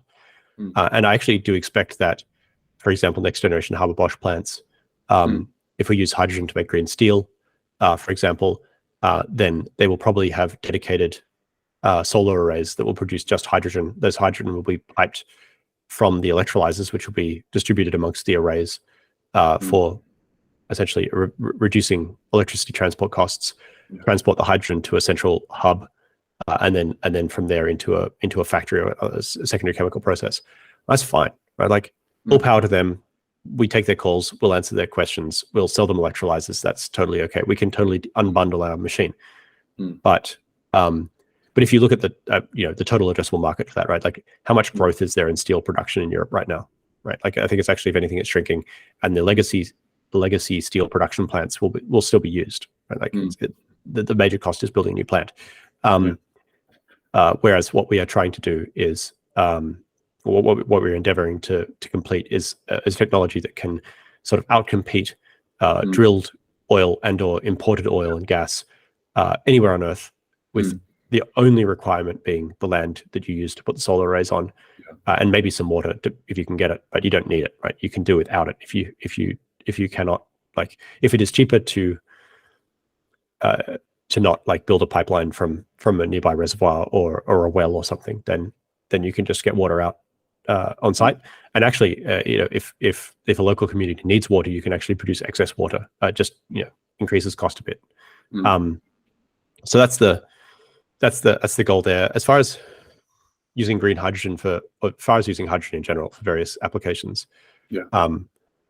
I mean, if I'm not wearing this T-shirt, I'm wearing my Zeppelin T-shirt, right? Like I'm an OG airship fan. I actually had a Model 1 hanging here for a while, but it crashed, unfortunately. But I have another one in the garage, of course. Why the fascination for airships? Well, I mean, they're just wonderful. But let's focus on hydrogen for a second. So like hydrogen is the natural thing to use to make airships fly. Yeah. But it's not very useful as a fuel for aircraft. It's just its energy density in terms of volumetric density is too low. Whereas like kerosene is a pourable liquid that's extremely energy dense. And the same goes for essentially every other application. Like if you wanted to build a national hydrogen pipeline network, it's just absolutely staggering cost because of the issues we mentioned earlier with embrittlement and leakage. Hydrogen is just a pernicious molecule. It's a very, very tiny molecule. It's also quite hazardous in ways that are not intuitive to people who are even accustomed to working with other flammable gases. In particular, it's odorless. Its flame is almost invisible. Its flame is extremely hot, and its flame is extremely fast. And so you can quite easily end up in a situation where you have a hydrogen explosion or fire that you wouldn't expect, and it wouldn't occur if you were just dealing with natural gas, for example. Of course, gas explosions occur all the time, but it's kind of a different beast. The expertise and the material stack and the supply chain and so on for building out hydrogen distribution to everyone's house so they can cook their pancakes on Saturday morning with hydrogen is like, if this turns out to be a real thing, I will eat my hat. I mean, I don't want to be mean about it. There's well-intentioned people who are ideologically motivated and are very passionate about this, but it strikes me as deeply unrealistic to expect that this is a thing that will occur in the real world. Even for rockets, where hydrogen has a marginal advantage in that it is a very light fuel, and rockets are not really volumetrically constrained in the same way, and they're also not really constrained in terms of capex in the same way. And having a really light exhaust is useful for going extremely fast. Yeah. Even then, SpaceX, which is by far the most successful launch company in the history of the universe, as far as we know, decided not to use hydrogen because it was not worth the hassle, right? Yeah. And NASA, who uses hydrogen on the SLS rocket, like, I don't know if you recall in the recent test, like they continually got their asses handed to them during the shuttle program. They had year-long issues with valve failures and leaks and all kinds of stuff that just really bad spates of issues there. And it just turns out like the number of people who really know what they're doing with hydrogen and can make it work and use it safely, it's just a very small community. Like, do not allow them all to travel on the same bus, right? So that's what I have to say about the hydrogen economy. But really, like, synthetic fuel is just a hydrogen economy. It's just using CO2 out of the air, right? So it's like even better because you're taking CO2 out of the air to do stuff with, and not all of that gets burned. A good amount gets turned into paints and plastics and things, which effectively sequesters the carbon forever. So, I think it's the best of both worlds. You're about to go to airships, but we don't have to go to airships. It's up to you. Yeah, maybe a few words about airships. Why that fascination for these machines among all the possible flying machines there are? Well, they're extraordinarily beautiful. I mean, the reality is that, like all aircraft in the 1920s and 30s, they were really dangerous and really at the absolute limits of what they could achieve with material science back then. They didn't have plastics, for example. They didn't have computers for analysis. They didn't have advanced aluminium alloys, and they didn't make money. They typically lost money. So actually, the first profitable airliner was the DC-3. That actually, there's a model of it flying just there. That first flew in late 1935, and then the Hindenburg was a transcontinental airship designed to fly passengers over the ocean as opposed to within a little country, and it was the first profitable passenger transport airship ever as well. It was actually kind of the first designed for long distance passenger transportation that had ever been successfully executed or successfully built. it flew like 60 or 70 successful voyages before it ultimately crashed, killing and injuring some people. Actually, about a third of the people on board died. Most of them were crew, unfortunately. Most of the passengers survived. I think everyone would have seen one in one of the Indiana Jones movie. I remember. Oh yeah, of course. And of course, because it's Indiana Jones, it always has to explode at the end. But I look at them and I say, well, obviously they're not much use, right? Like if I want to fly to Australia, I wanted to get there quickly. I'll go in a jet, take me 12, 13, 14 hours from here. But on the other hand, like if you compare it to like P&O cruises or Princess cruises or something like that, right? Those cruise ships are built mostly in Italy, I think, and maybe the Netherlands, about $500 million to $1 billion each. They carry between 1,000 and 6,000 people. They're floating hotels that pay for themselves just in a year or two of operation. They're pretty quick payoff, actually. And so you say, okay, well, would it be possible to build an airship that operated as a cruise ship? And actually, I think you could probably build an airship that could carry 1,000 people on the same scale as the Hindenburg for less money than a cruise ship, because it would just have less stuff in it, right? It has to be extremely light. And no, it wouldn't have like water slides. It could carry about 180 people, but also like aluminum is about 6 times stronger today than it was back then. Yeah.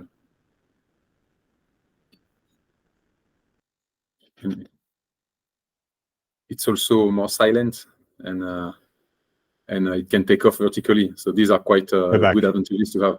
Yeah. Yeah. So you dropped out there for a second. So basically, it's possible with modern materials to make the Hindenburg lighter and stronger and carry more people. And then you could operate as a flying hotel, and there's no pretenses that you're trying to get anywhere fast. There's no pretenses that you're trying to carry cargo around and be useful. You're just taking like bored people around and getting them drunk. And yeah, you don't have the mass budget to have multiple swimming pools and water slides and things like that.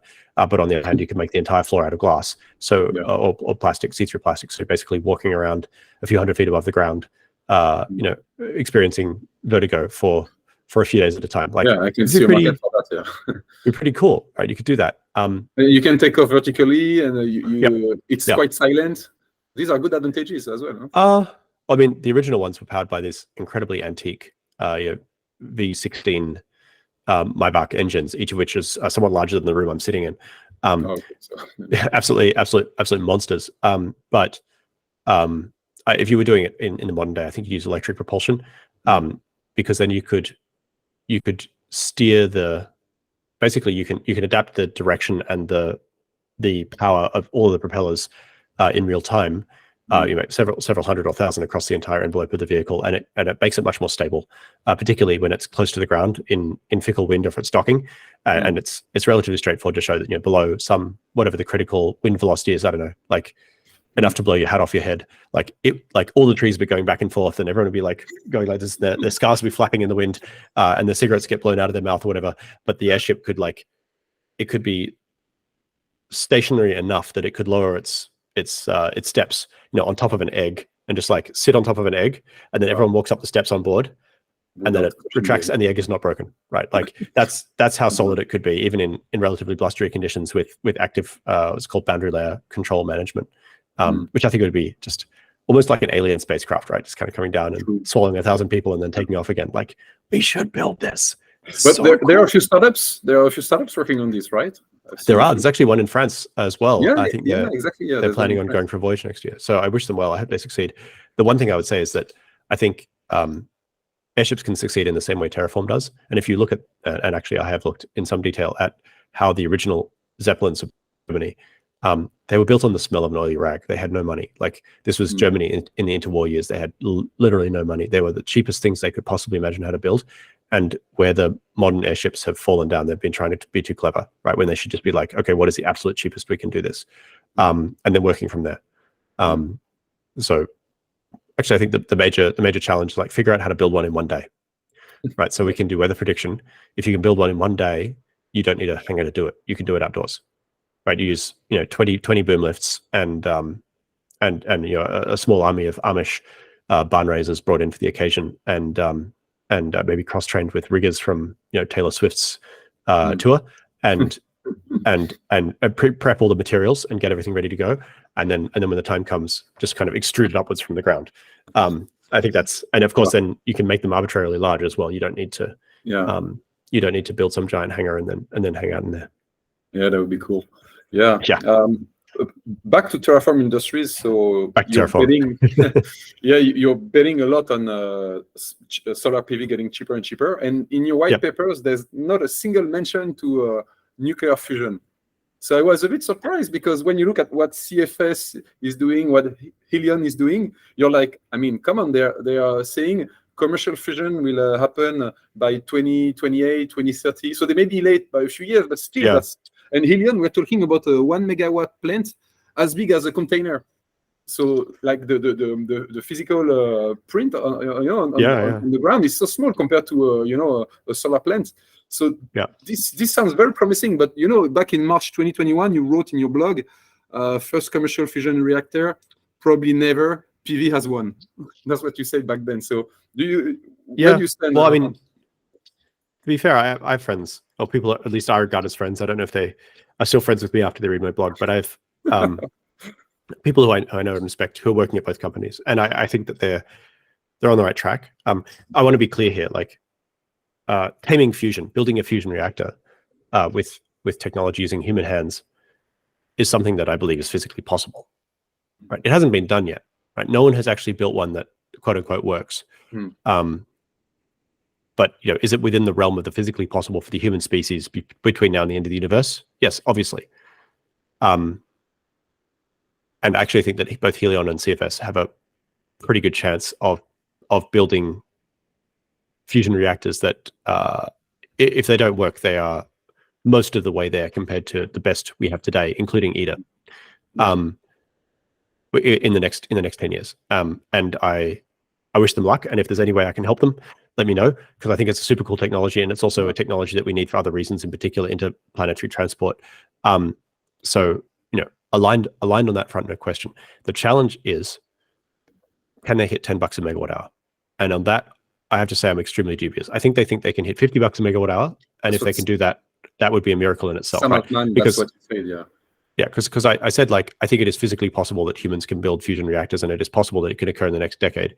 But it's also possible that it might only be possible if you spend $1 trillion in the next decade, right? But I assume that the Helion people and CFS people are super smart. They're no doubt way smarter than I am on this. So let's say they can hit $50 a megawatt hour by 2030 or 2032.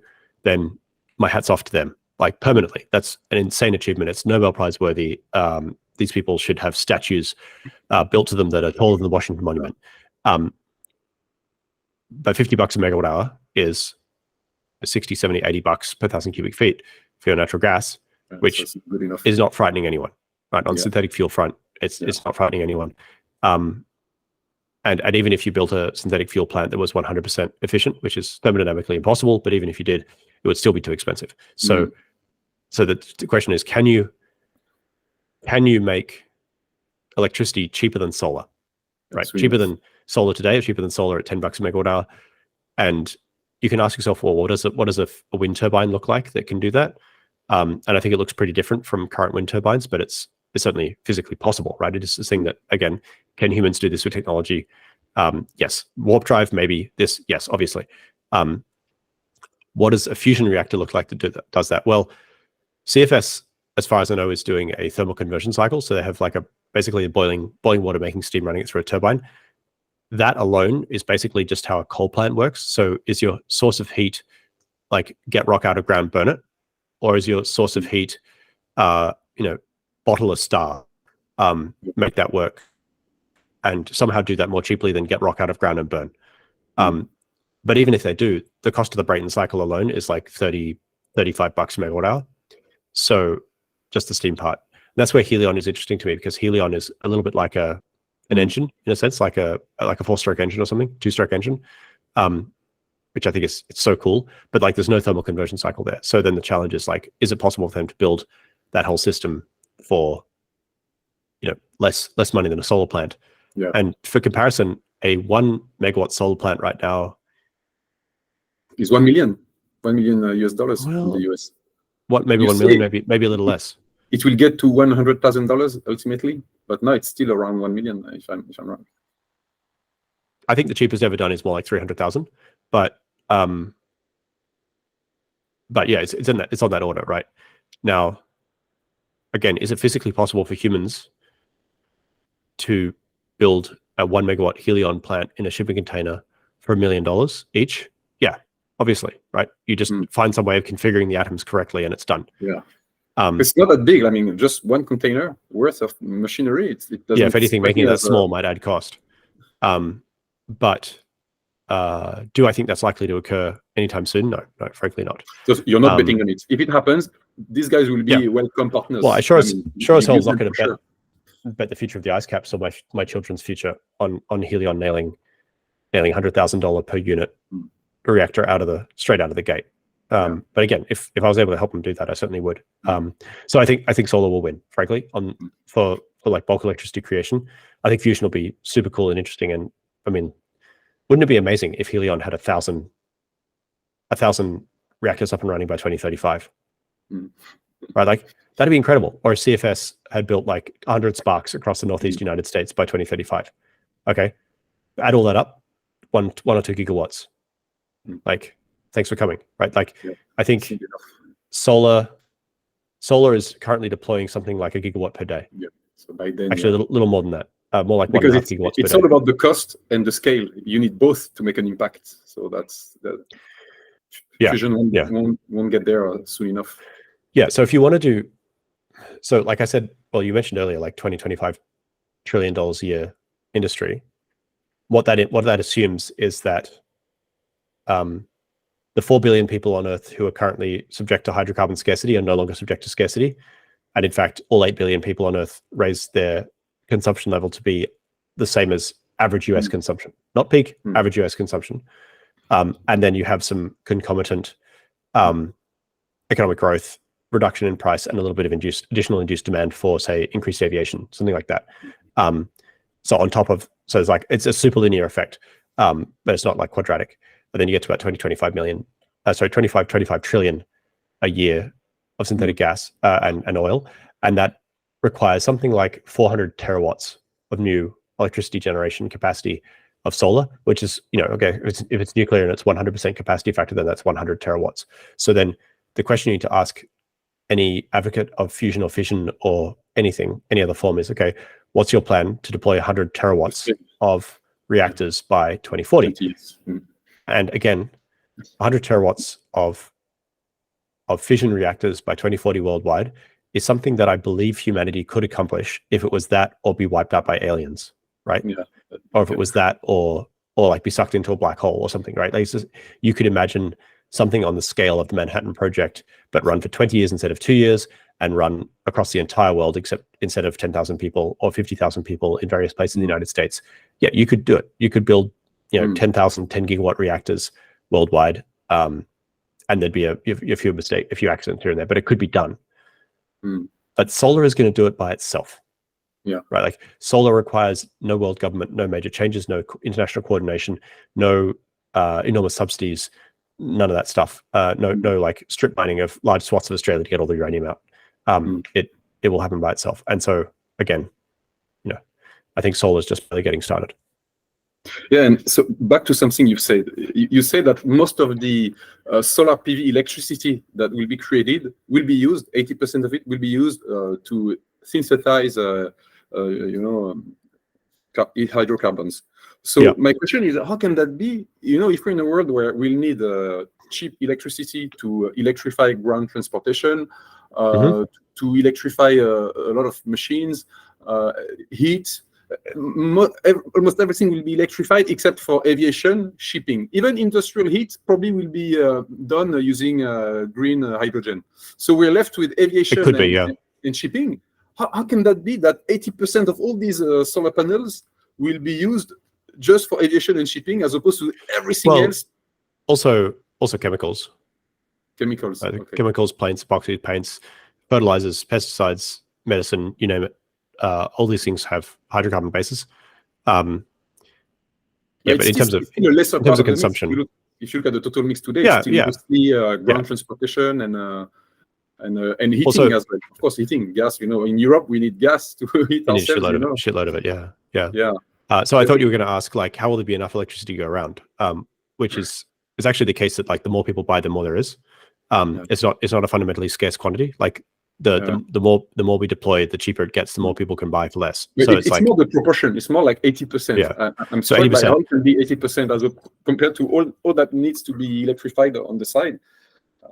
Yeah, so and even we might assume as you have that theory that gas peaker plants will be driven out of business by solar PV plus batteries. So we'll talk about that later. But so I was even if this gets out of business, what's left for hydrocarbons? Aviation shipping? How can that be 80%? Aviation shipping. I actually think that shipping will probably get a little smaller too, because our supply chains will on average get shorter. Although maybe it is possible that the product of the mass of traded goods multiplied by the average distance they are traded will not get smaller, because trade will grow even as the average distances shrink. For example, the United States will shift largely to domestic, well, at least NAFTA domestic production, Canada, United States, and Mexico. And no doubt China's domestic consumption will continue to grow as well. But aviation is an interesting one. So right now, aviation consumes something like 2% of global oil and gas, or actually just mostly oil. And what that allows is something like 10 million people on the Earth out of 8 billion to travel semi-frequently by plane, which is amazing. Like when I was a kid, I was like, oh, not the plane again. And then I became a pilot, and now like I look forward to flying Southwest, because I just get to like open the window and gawk at the desert for 2 hours. Like it's the best. Like I'm the person with the window open with my nose pressed against the glass, just staring out, being like, I'm a bird, I'm a bird, I'm a bird. Anyway, it's cool. So there's kind of this vision for the future of aviation, more predominant, I would say, in Europe, which holds that the way to decarbonize aviation is to force the air carriers to force the customers to buy carbon offsets at the point of purchase, which makes the airfare more expensive. It also, diverts resources into carbon offsets, which are probably not all that useful in the grand scheme of things. That's me being polite. And ultimately makes aviation more expensive and more exclusive and less accessible to poorer people, right? And actually, aviation is a tremendous privilege, and it's an amazing thing, and we should be trying to think of ways to help less economically fortunate or less developed countries exploit this incredible technology, which after all has been around for more than a century, so that their citizens can get the most out of their life, right? Their life is finite, and do they really want to spend that entire life, stuck within a day's walk of their house, or would they like to have the opportunity to travel overseas and meet new people and make new friends and study and work overseas? And if they do that, to fly home and see their families, and so on and so forth, which requires making aviation cheaper. So if we make synthetic fuel a bit cheaper, then that actually helps expand the availability of aviation, if you like, the addressability of aviation. If synthetic fuel helps people in other countries become richer, then they are more able to afford aviation, so they can travel more widely.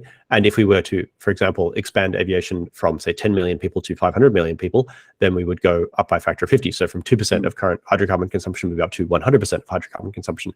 Well, what do we do then for the remaining 2%, the yous and me's and the other people who are too well off and their offices are full of junk, like me? And then we say, well, if aviation fuel is down to $1 a gallon, then why don't we re-examine supersonic flight? And supersonic flight is terrific, but it consumes something like 6 times more fuel per unit, passenger per unit mile, which is problematic if fuel is expensive and if fuel is destroying the climate. But if fuel is cheap and the more fuel you buy, the more carbon you're sequestering, then actually the opposite applies. And so we should definitely go and build Concorde 2.0. Or even more aggressive and ambitious supersonic transports. So people like you and I, instead of, I think you live in Singapore and you're from France originally. So I think there's probably direct flights from Singapore to France now. There probably weren't when we were kids, but it probably takes 12 hours. Right. Exactly. What if it took 5 hours or 4 hours? Like, that'd be awesome. Like same day, even more jet lag. What if I could fly to Australia in 5 hours or 4 hours? That'd be pretty neat. And so you take that 2%. And you say, okay, that 2% is now consuming 6 times more fuel. Then that's 12%. You say, well, they travel slightly more often because it's less inconvenient. Maybe that's more like 18%. All right, we've already gone from, so it's 118% of current hydrocarbon global consumption is just in aviation, right? Like, and even then, that's still 7.5 billion people are essentially never flying, right? So the sky's the limit when it comes to aviation. One of the thought experiments that I sometimes deploy, if you'll indulge me, is say in 1700, our ancestors, yours no doubt in France or similar areas, mine in the UK mostly. Actually, I have some French ancestors too. Essentially, all the energy that they consumed, if you like, their per capita GDP in terms of energy, was food, either for them or in some cases for their animals.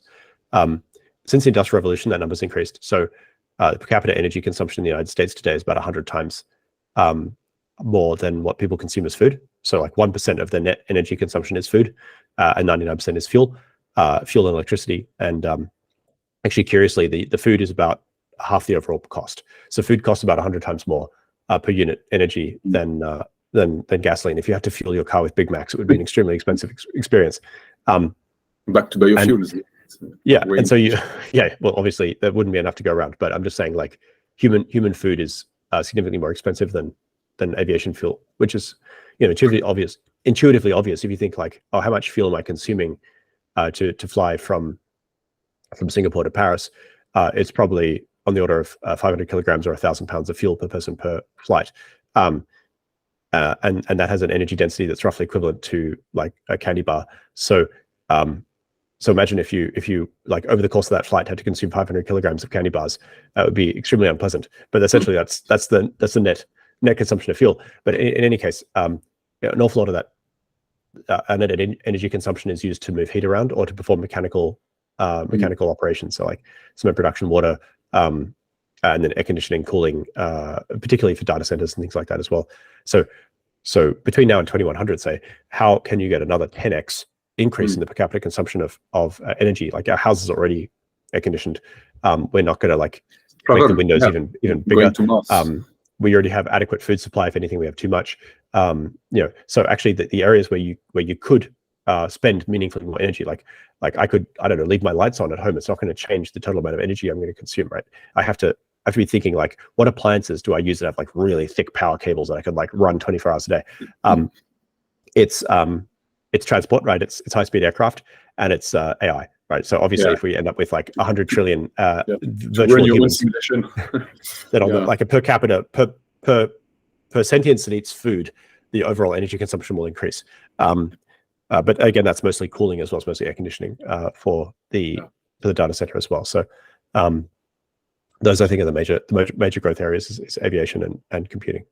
And back to air transport for a second, how do you think Starship is going to compete with traditional aviation, for point-to-point transportation on Earth? Do you think this is a viable business?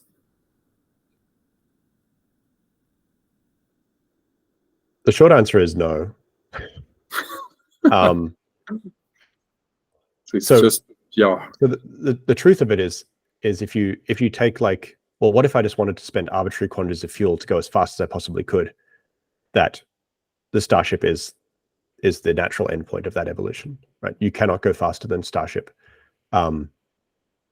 Essentially ICBM speed anywhere on Earth.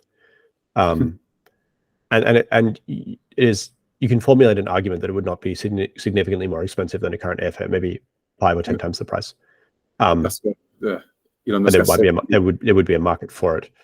The major constraint would be that it would be extremely noisy. Yeah. So it would not be able to operate from like, Roma Termini or like Gare du Nord or something like that. Cities by the sea and with a seaport far away from the coast. Well, it had to be a long way away. And so then you actually say, well, maybe it only takes me half an hour to fly to Shanghai, but it's going to take me an hour and a half to transfer at each end. So like, all in all, it's a bit of a challenge. I think it's quite feasible with current technology to build aircraft that are supersonic and don't produce much of a sonic boom, but there's nothing subtle about Starship. So, and the thing is, as it's re-entering the atmosphere, it produces a sonic boom that expands in a cone below it. So, essentially that means that it has to be, when you say like offshore, it also has to approach from offshore. Right? It's not the case that like if you're flying from New York to Los Angeles that you could just kind of land off Catalina Island or something, because as you approached, you'd be coming over all the populated areas, and they would all get their windows blown out. So the alternative is we just fly so many supersonic aircraft that everyone gets deafened from all the sonic booms, and then it wouldn't matter. But that's the major challenge. But certainly, if you're on an ocean and you want to cross that ocean to the other side of the ocean, You got to have applications. If for military applications like rapid shipping applications, I don't know, Antarctic resupply, something like that. Yeah, totally, that could be cool. But I think Starship's major purpose in life is just hauling shit uphill to low Earth orbit and beyond. And it will certainly have its hands full, its starshipy, flappy hands full for civil future doing that job. Yeah, and so something very important as well in your thinking. So most people, they're not aware of what you're doing and they don't even think that's possible. And so they are like, okay, if we are to reduce CO2 emissions, we have to tax carbon one way or another. And what you're saying is that it's just not possible. It doesn't work because that will just lead to revolutions. You're just taking purchasing power and you're taking something out of their living standards. It's not going to happen at any meaningful scale. So can you maybe say a word about that? Well, I think we've seen a number of polities, including France and Australia, attempt to put in place a carbon price or a carbon tax. And it's easy to kind of condemn as selfish the electorate which votes against it, but the reality is these things are broadly unpopular, and the reason for that is that again for the slice of the world's population that's relatively well off but is not part of the 10 million people that fly planes routinely, access to cheap gasoline. Access to cheap gasoline is, and by which I mean like a movement of a few cents or 10 cents or 20 cents makes a big difference for them. Really makes a difference between a class of poverty where they have a decent quality of life. Their children don't have to work; they can be educated. They certainly don't starve, and their work involves often mechanical or physical labor, but the physical labor is intermediated by machines. So, for example, you're driving a tractor, or you're driving a combine harvester, or a pickup truck to the building site where you're using power tools to perform operations and cranes and things, and a lifestyle or quality of life in which you do not have access to sufficient fuel, in which case your children have to work, they don't get educated, they die young, many of them lost in childhood, they don't have access to medicines and healthcare, and your farming methods are pre-industrial, right? You're pulling a plow behind a cow or behind a horse to grow your food, which means of course you are hungry much of the time, and people aren't idiots, right? I hope I'm not being too hyperbolic about this, but people aren't idiots. They don't want this to occur. And so it turns out that keeping gas prices low is a political imperative across the spectrum. It doesn't matter if you're Indonesia or China or United States, Australia, New Zealand, or any other country in between. If you jack up the gas prices, your leadership will be replaced with other leaders who reverse that process. And in the rare cases where externalities have forced gas prices up in ways that the polity have been unable to dispel. So, for example, Cuba in the 1990s, and also North Korea in the 1990s after the collapse of the Soviet Union. Both of those places went through absolutely catastrophic recessions. They had famine in the 1990s, right? In previously developed industrialized countries, Cuba has in some ways recovered, largely because they have a benign climate in which people are able to grow adequate food. But even so, I have friends from Cuba who remember the multiple years of inadequate food, and in the sense that Cuba has recovered, its GDP is about $250 per person per year. So it's like, by that measure, 100 times poorer than the poorest state in the United States. Probably more than that. Like, it's not even close. And North Korea obviously has not recovered. It has extremely harsh, brutal winters. Millions of people have starved to death, and all the rest today are severely stunted for lack of food, and essentially lack of availability of medical stuff. The country depends on food aid to survive. Their ability to industrially farm their land with tractors and so on has collapsed. They built a nuclear weapon, congratulations, but they don't have the technology to feed their own people.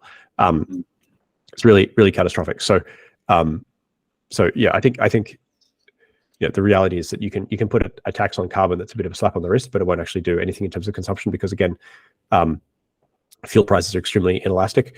Or you make the carbon price high enough that it could actually subsidize the permanent carbon removal with current technology.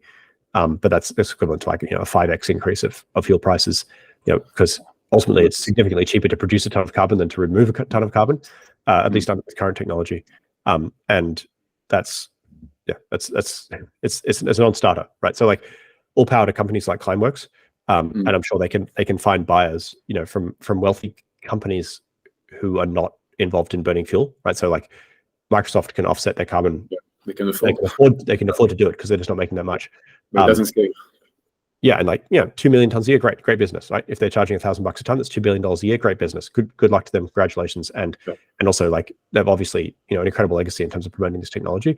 But you say, okay, well, what will it take to scale Climeworks to the point where we're able to keep up with ongoing emissions across 100% of the world? It's like you have to write them a check for $50 trillion a year, which is obviously cannot occur. So just the check is not wide enough. You run out of space for zeros. So really the answer is you have to find a technology which allows you to treat CO2 in the air as a profit center rather than a cost center, and give people an economic incentive to go and get it. Yeah, and we have one now with what you're Which is doing. what we're doing. Yeah. I mean, it's not like this has never been done before. Like this is how trees grow, right? Trees get water from rain, which falls from the sky, and CO2 out of the air, which is there, and that's how trees synthesize lignin, which is basically a cellulose. A bioplastic, which humans have used as a fuel for going on 100,000 years. So it's not a new idea, but thanks to modern technology, we're able to do it at a scale which is able to meet demand. Right? Like if we were able to get enough fuel just by burning trees, we would never have needed to start coal mines and industrialize. But obviously, that was never going to occur. Trees don't grow fast enough, so we had to go to coal. Yeah, and it's not just the inability to tax carbon. Sometimes it's just the inability to remove subsidies on fuel. In some countries. So it's just how hard it is. Yeah. So another question. So one thing you didn't mention at all in your white paper as well is AI. There's not a single mention about that. And while we're talking about hard tech, there's a bunch of people. They're trying to advance the frontier, in AI, and maybe AGI is on the horizon, maybe before 2030. Any thought on AGI? And if not for AGI, how would AI impact what you're doing in any way? Well, it's possible that AI might help us accelerate. In particular, I can imagine a situation where AI could accelerate permitting, AI could accelerate deployment. You could have AI-controlled robots doing work, or AI-designed factories, or something like that. The way I like to think of AI is, silicon AI is in some sense a special case of a corporation or something like that, right? So like right now it's not super smart, but at some point it'll be as smart as a human, or maybe like able to execute things in a collective manner like corporations can. Essentially a distinct legal entity that has human-like characteristics but is not exactly human. So that's kind of how I think of it. I know that right now there's a lot of discussion around like, we need to have some way of like signing keys to verify that content is human created or something like that. But actually, I think that pretty soon we're going to have, not long after AGI, especially ASI, superintelligence, we will have digital entities which are able to present themselves as humans to humans in ways that essentially no less meritorious of rights. And so then the question is like, how do we establish a form of legal personhood for entities that are essentially indistinguishable in terms of their ability to suffer, feel pain, and have internal sentience than regular biological humans? And I think that'll be a very exciting time. Essentially, the more intelligence that's in the universe, the better, or the more intelligences. And it certainly seems to me that that humans have done best where they've been able to coordinate extremely large numbers of people together to solve large problems. And so if you're able to increase the number of dedicated intelligences working on problems that make much faster progress. So that's kind of how I see that fitting together.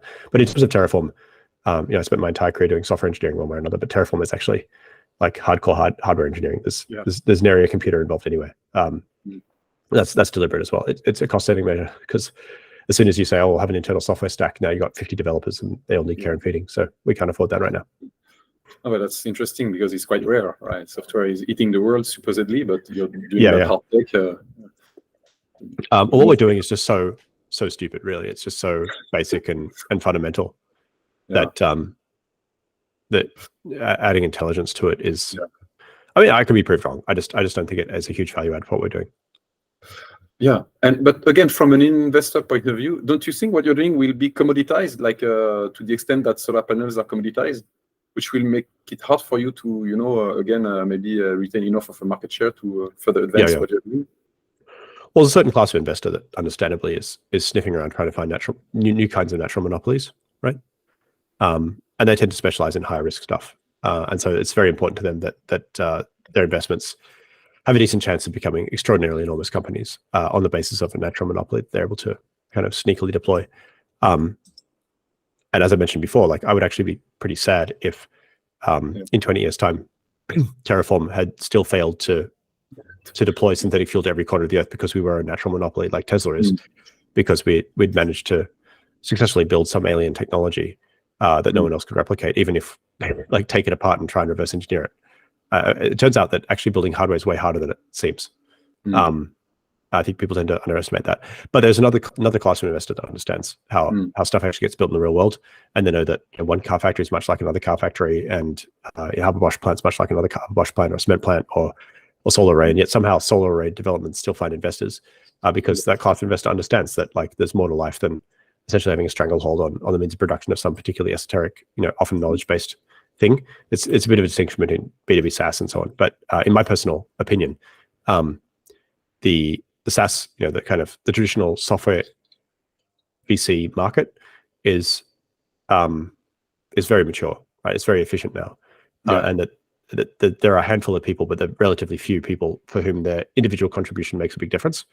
And so if those are people who are personally incentivized to find a way to really like move the ball down the field for humanity as a whole in a particular way, then they should probably try and work in an area like hardware, like emerging energy industries, where the frontier is extremely inefficient. The number of people actually working productively on it can be measured in at most thousands, more likely three-digit numbers. Not including myself, obviously. I don't think I'm worthy of that distinction yet, but it's a very rarefied crew of people who are kind of dedicated to the craft, and obviously they're invested in capital partners who understand that it's like Amazon, right? It's a get rich slowly scheme, right? Yeah. What does Amazon do that's differentiated, right? Essentially, like if I have a computer in front of me, I could just write the entire code base of Amazon given infinite time. So like, what are they doing that's so special? Well, but there are some network effects after, so obviously, but like that's the standard answer, right? So like obviously, if you know how Amazon works, you know that what I'm saying is ludicrous, but at the same time, it's just one of these big businesses that has to be built over time, and there's no real, like for the really big businesses, there's no get rich quick, right? Like we saw that with the crypto bubble, right? Yeah. People seriously believe that Sam Bankman-Fried had like cracked some way of building a $100 billion business that didn't do anything. Yeah. Right. Like, come on. If we end up with a 1% market share, we'll be turning over more than $100 billion a year, which is a staggering sum of money. Yeah, so, for sure. Yeah, no, that's amazing. And maybe so just to close on the how to fix the climate crisis. So what you're doing is absolutely necessary, but I think you've argued in a very important piece back in June that there are two other things that are also just as much necessary. Pulling out CO2 out of the air, the excess CO2 we've put, because what you're going to do is making all we do carbon neutral. That's one thing, but we also need to pull out a lot of CO2, and also we need to cool down the Earth very quickly because there's some baked-in warming that we need to face. We need to put some sunscreen on. If you're out in the sun and you realize you're starting to burn, you want to put the sunscreen on right away, right? You don't want to wait until the next day. Exactly. Otherwise, it's too late. Once you get burned, even the sunscreen's not going to save you, right? I say that as a pasty redhead. I think it's like, particularly this year, we've seen like really quite alarming excursion in terms of global temperature and sea ice degradation and storm intensification and so on. And I think if we wait another 5 years to deploy the sunscreen, first of all, our descendants are going to curse us, but also we will have disrupted the existing quasi-stable cycles enough that we may never be able to return to that, no matter how much cooling we deploy, right? Like if in 5 years' time, the Gulf Stream is disrupted and Greenland is destabilized, just putting a bunch of sulfur dioxide in the atmosphere will not magically fix that. That's permanently screwed. Europe will be frozen and much of the coast will be underwater. So we should be definitely doing that right away. Like as a matter of urgency, anyone who's listening to this, if you have the resources, dump as much sulfur dioxide as you can in the atmosphere into the stratosphere as possible. You're talking about stratospheric aerosol injection of sulfate compounds straight into the high. I mean, it doesn't.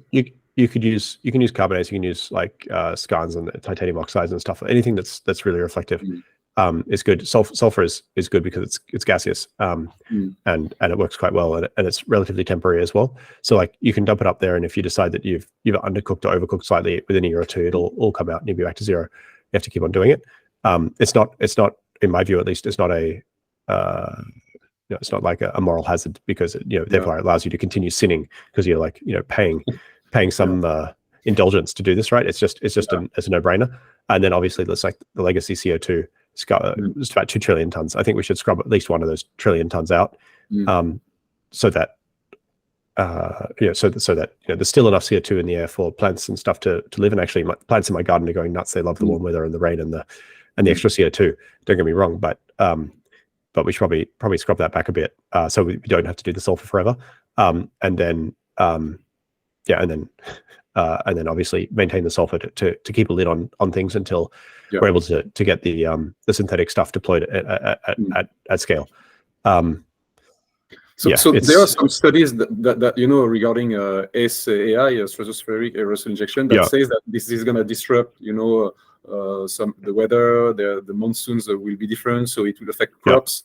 It may as well reduce summer Arctic ice, stuff like that. So do you think these downsides are more than offset by the upsides? Yeah, of course. There are studies of all kinds suggesting varying levels of impact in various ways. What we do know for sure, though, is if we let the climate run off the rails, there's no coming back. Yeah, so we have no choice. So like there are studies saying that sunscreen clogs your pores and causes pimples, right? And there are studies showing that some sunscreen compounds are endocrine disruptors or can cause cancer, right? But if you don't put the sunscreen on, you're going to be sunburned and get skin cancer. So like you have to take your medicine. I like dermatologists making out like bandits in Australia. So but it kind of applies all over the world. The neat thing is sulfur thing is so cheap, but like really we've screwed around and sat on our hands for so long. We should have had the technology ready to go, so we could deploy it. If we want to stay under 2 degrees or 1.5 degrees, we can easily do that, right? And the total amount of sulfur we'll be emitting is actually less than what we would emit through sulfurous coal or marine diesel applications. It's just higher up in the atmosphere, so it works for longer before it comes down back to the surface. I think this is something we should definitely do. And when it comes to pulling out CO2 out of the air, you say there's a path to doing it at $20 per ton using enhanced. Yeah, I think so. Yeah, so actually a paper came out a couple of weeks ago, casting some doubt on enhanced weathering, because of course rocks also contain CO2. Some rocks more than others, and when you grind those rocks up, you can release the CO2. But $20 per ton is like unheard of. It's like crazy. No one is talking about such low numbers. Oh, you're frozen again. I will wait till you come back. Are you there? Yeah, I can hear. All right, thanks. Yeah, sorry, I'm running Starlink today, so every now and then the satellites go behind a tree or something. The $20 a ton is roughly actually somewhat more expensive than what it costs to get limestone for a cement plant, for example, if you're right on top of the quarry. So it's the base rate of like what it costs to blast and grind up rocks to flour, and then in the case of a cement plant, you would then calcinate them and bake them in a kiln to produce clinker, and then grind it up to produce Portland cement. In the case of this process, you would you need to transport it to the seashore. Well, you sluice it into the ocean, right? So basically, you would pick a mountain that's adjacent to an ocean, and then basically proceed to grind the mountain up into powder and wash it down its sides into the water. And yes, it would be ugly. If you've ever seen a quarry by the ocean, you've probably seen a similar kind of effect. There's one on the southeast corner of Catalina Island off Los Angeles, for example. You can look that up on Google Earth. But ultimately, again, it's like, okay, well, there's tens of thousands, if not hundreds of thousands of coastal mountains, shallow equatorial seas. Do we choose to sacrifice one or two of those over the next 20 years? Admittedly at aggregate enormous cost, but still relatively cheap in the grand scheme of things. Or do we put a shitload more sulfur up in the atmosphere forever? or do we just accept that the enormous ecological destruction wrought by allowing sea levels to rise, and necessarily having to rebuild cities and the impact from that as well. And I think like the major impact of sea level rise will actually be food scarcity, because a lot of the world's food is grown in very low-lying areas. So it's in addition to coastal flooding and cities being destroyed and so on, it's a major risk. I think that humans are powerful enough now that we should be essentially setting sea level by fiat and making sure we keep it there using solar radiation management. Yeah. So we're reaching the 2-hour mark. I don't want to take too much of your time. Maybe I have I don't know. Do you have some more time for a few space questions, or we can? Yeah. I might need a glass of water if we go on for another hour or so, but I may as well stay up and make sure you get your money's worth, especially after the last attempt. No, that's okay. So maybe before talking about space, I wanted to ask you about your spiciest take on energy, which is that nuclear plants are gonna go out of business, especially the big ones, and because there's no way to compete with solar and batteries, and even high voltage direct current lines, all these long power cables, they're gonna go out of business. So this is so counterintuitive, given all that people are saying. Can you elaborate on these takes? Well, it's two separate things. So first, on the nuclear plants, I think existing nuclear plants should probably be allowed to continue to operate unless there's some major safety hazard, essentially indefinitely. It's almost certainly cheaper to keep operating them and maintaining them than to decommission them, which is actually one of the major problems, because if you're in the nuclear business and you want to make money, the best way of making money is to start decommissioning plants, which I suspect is probably what went on in Germany. You kind of advocate via various means to disassemble plants, because it's essentially like infinite money for 10, 20, 30 years until it's done. So we should probably keep the existing nuclear fleet, which is on the order of 500 gigawatts, operating. I don't think there's much point, frankly, in drastically expanding production. I think you can often retrofit plants to produce a bit more energy, maybe 50, 60% more energy through more efficient turbines or whatever. That makes sense. That's fine. But just in terms of like your capital allocation, I don't think it makes much sense to try and do like 10,000 new nuclear plants for the next 20 years. I think I was clear about that before. But yeah, the spiciest take you're referring to is to do with grid expansion. So I always caveat this by saying, well, what the hell do I know?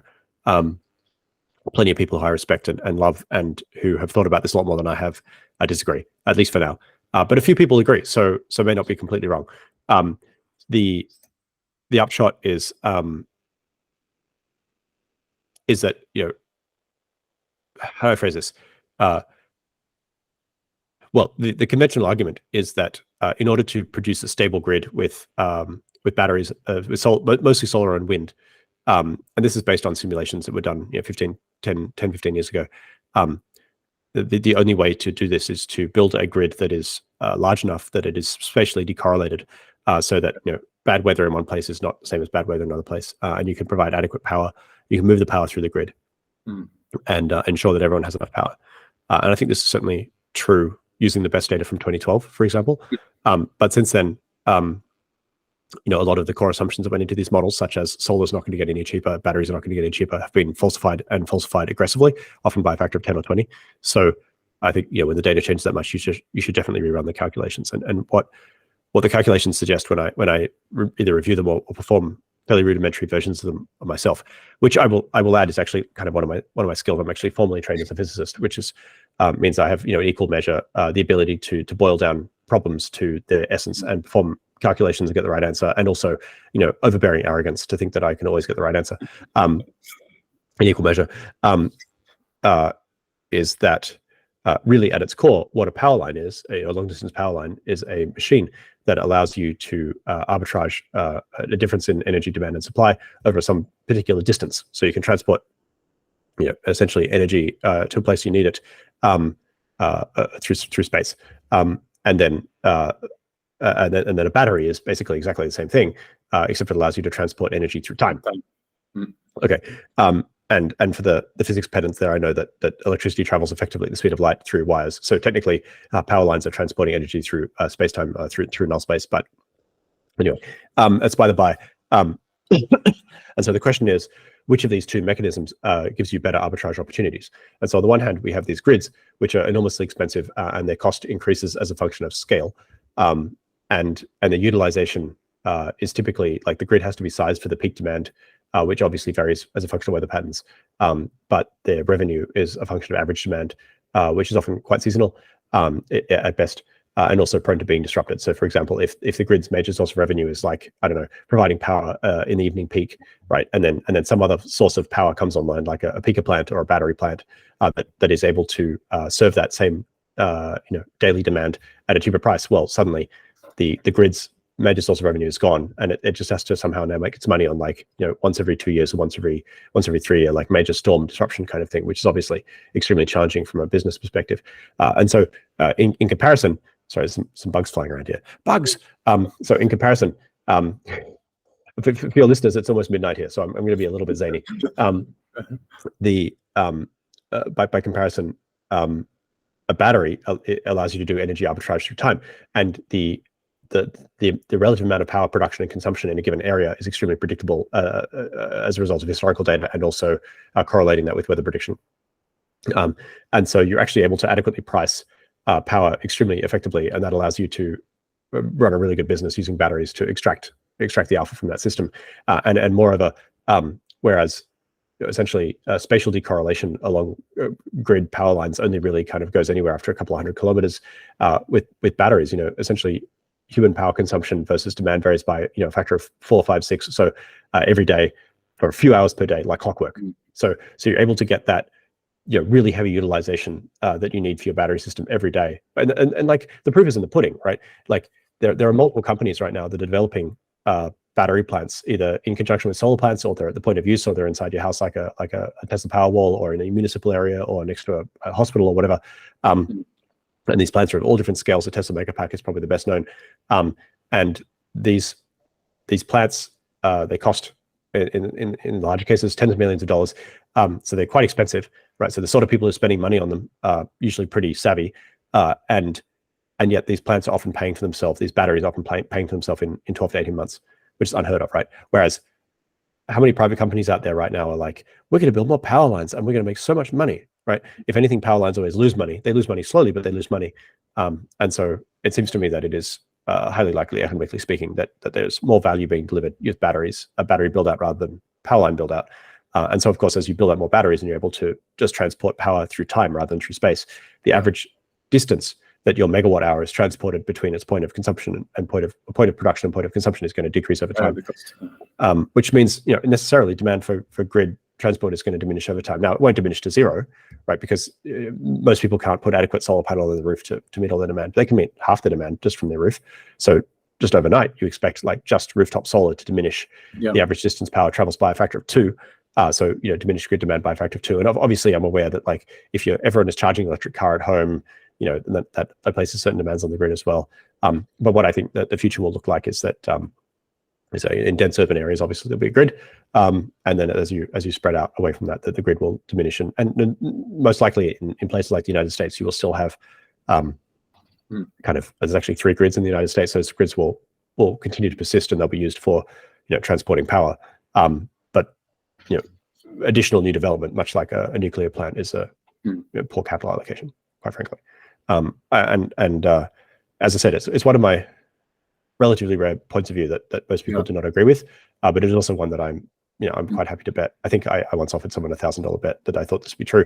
And as you can probably see from, like, me wearing merch from work, I'm well off, but I'm not that well off to, like, afford to lose $1,000 with a stranger over this issue. So I think it was like $1,000 for every year that battery deployment exceeds grid deployment until they buy me out, something like that. So it was a good deal. Anyone want to take the bet? Let's see. No, so I mean, it sounds quite sensical when we think of the day-night cycle. When we look at the interseasonal cycle, what you're saying is we'll just overbuild. We'll just overbuild, and with enough batteries and overbuild of solar PV, we'll be good. We'll be more competitive than having all those long power cables.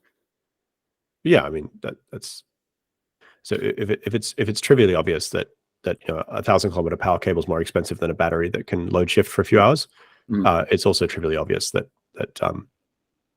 building a power cable large enough to transport power from, ostensibly these huge seasonal plants that you would build in, I don't know, southern United States to northern United States or something, works better than some other form of seasonal power storage or overbuild.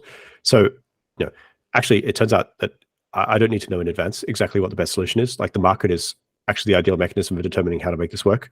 And so the market will ultimately decide. But if I had to place a bet right now, I would say that it seems likely to me that we will end up with a substantial solar overbuild, particularly in the northern areas, so that there's quite a bit of baseload production even in winter, and that in addition to batteries, it'll probably eventually the battery deployment will grow to the point where it can provide adequate power with fairly vibrant energy markets, futures markets, stuff going up and down, so on and so forth for maybe a week or two. That there are other ways of storing energy seasonally, including synthetic fuel, right, that we can produce, and that can be converted back into electricity with fuel cells, with gas turbines, with direct heat conversion. But there's also ways of storing energy thermally quite efficiently over long periods of time that are being developed by companies like I don't want to say the wrong company. There's a few of them. Yeah, sorry. So it's late at night. I don't mean to snub those companies. But there's a couple of that are like basically building conductive bricks that they're able to dump huge quantities of electricity into and make basically go red hot. And then if you build a big enough pile of bricks, it'll stay red hot forever. But I think the limiting factor again is how fast can battery production scale, how fast can solar PV production scale, and how cheap will that get? And maybe that won't happen fast enough, meaning maybe we'll have to still invest in the grid for some time to compensate. I mean, that's possible, but it certainly seems to me, based on deployment, investment and deployment, that batteries are scaling about 250% per year, solar scaling about 30, 40, 50% per year. And battery is scaling faster at this point. Yeah, substantially. The cost improvements in batteries are a bit slower, but their production scaling faster. And the grid deployment is scaling by not that much. And let's say 2% maybe. Yeah, exactly. It's so slow in comparison. But what you're saying, you even go further. You say that the pipelines, the methane pipelines, will get stranded themselves, not just forget the grid or these power cables. So having those Terraform Industries machines in the Sahara to create methane to then send through pipelines to Europe, that won't even make sense because they'll produce the methane on the ground in Europe itself. But land is scarce in Europe, honestly. To build land is scarce. Maybe not in the deserts of Spain, but apart from that, in France, oh my God, to find enough space with all the NIMBYs and all, even Germany, it's going to be a pain. I'm not so sure about that. It's okay, because the NIMBYs will freeze to death in winter, and then there won't be any more NIMBYs. No, I mean, there's an issue with permitting reform, obviously, but I think it's a common misconception there's not enough space. Remember that, like, prior to the invention of cold chain logistics for food, essentially everyone, if you lived in a little French town somewhere, like your food probably came from an outlying field that was brought in by the farmer on market day, and so if you like every city center is surrounded by a crown or an area of fields and farms that feed that particular city, and essentially by reference to our earlier observation that synthetic. So solar synthetic fuels about 1,000 times more productive per unit area than biofuels. That more than compensates for the fact that the per capita energy consumption of humans today is about 100 times higher than pre-industrial era. And so in practice, to the extent that you're unable to provide enough solar electricity, on rooftop solar, for example, within a given population, a relatively discrete outlying band of solar farms producing synthetic fuel and electricity are able to feed that power into that local market without really making much of a dent, even in like the historical land that would have been used for farms to feed that area, if that makes any sense. Yeah. So just as another illustrative point, in 2009, the German energy plan called for 25 gigawatts of solar deployed by 2050. As of this year, it's 75 gigawatts of solar has been deployed in Germany, so 3 times that, and obviously many decades ahead of schedule, which is terrific. I was in Germany a couple of weeks ago, and I took off from Frankfurt flying north to basically take me over the pole back to Los Angeles. You saw the panels? No, I saw nothing. I saw no solar panels at all. Oh, wow. Okay. I just saw farm after farm after farm after farm after farm. Right. It is true that parts of Europe have significantly less desert land than many other parts of the world. Oh, yeah. Because I mean, in the US, I mean, you're coming from Australia, you live in the US. I mean, these places are so vast. And the population that is true. So low. Europe but is Germany is a food exporter. Right? Like Germany has enough land under agricultural production to export food, even though Germany's population is 80 million people or something. Yeah. So there's actually no shortage of land for producing solar. Really, what it comes down to is you need to find enough, quote unquote, enough economically unproductive land within a given gas distribution network, which in the case of Europe is continent-wide anyway. In other places of the world, it's not. That you can convert, and so it turns out that I don't know the exact numbers, but in Germany, for example, there 5-10% of the land is in industrial brownfields, contaminated chemical sites, swamps, land that's not applicable for farming, is too dry, mountainous, whatever. Any of that land could be used for solar production with essentially marginal impact on the local ecology, all of which could produce. Germany and Europe currently send $1 billion a day to Russia for oil and gas, right? So like anyone who tells you that there's not enough land, well, you have to ask them where does their food come from, because the food is produced far less productively, far less efficiently, and at far higher ecological impact than synthetic fuel. And anyone who tells you there's not enough money, you ask them where does their current oil and gas come from and how much money they spend on it. It's $1 billion a day going to Russia, which is like one of the major geopolitical clowns, unfortunately, right now. So it's a solvable problem. I mean, I'm saying that because there was that news story the other day about a gigafactory for semiconductor under consideration to be built in France, and they could not find a place. They couldn't find a place because of all the the permits and so on. They couldn't find a place where to locate their gigafactory. It was a struggle looking at the whole territory of France.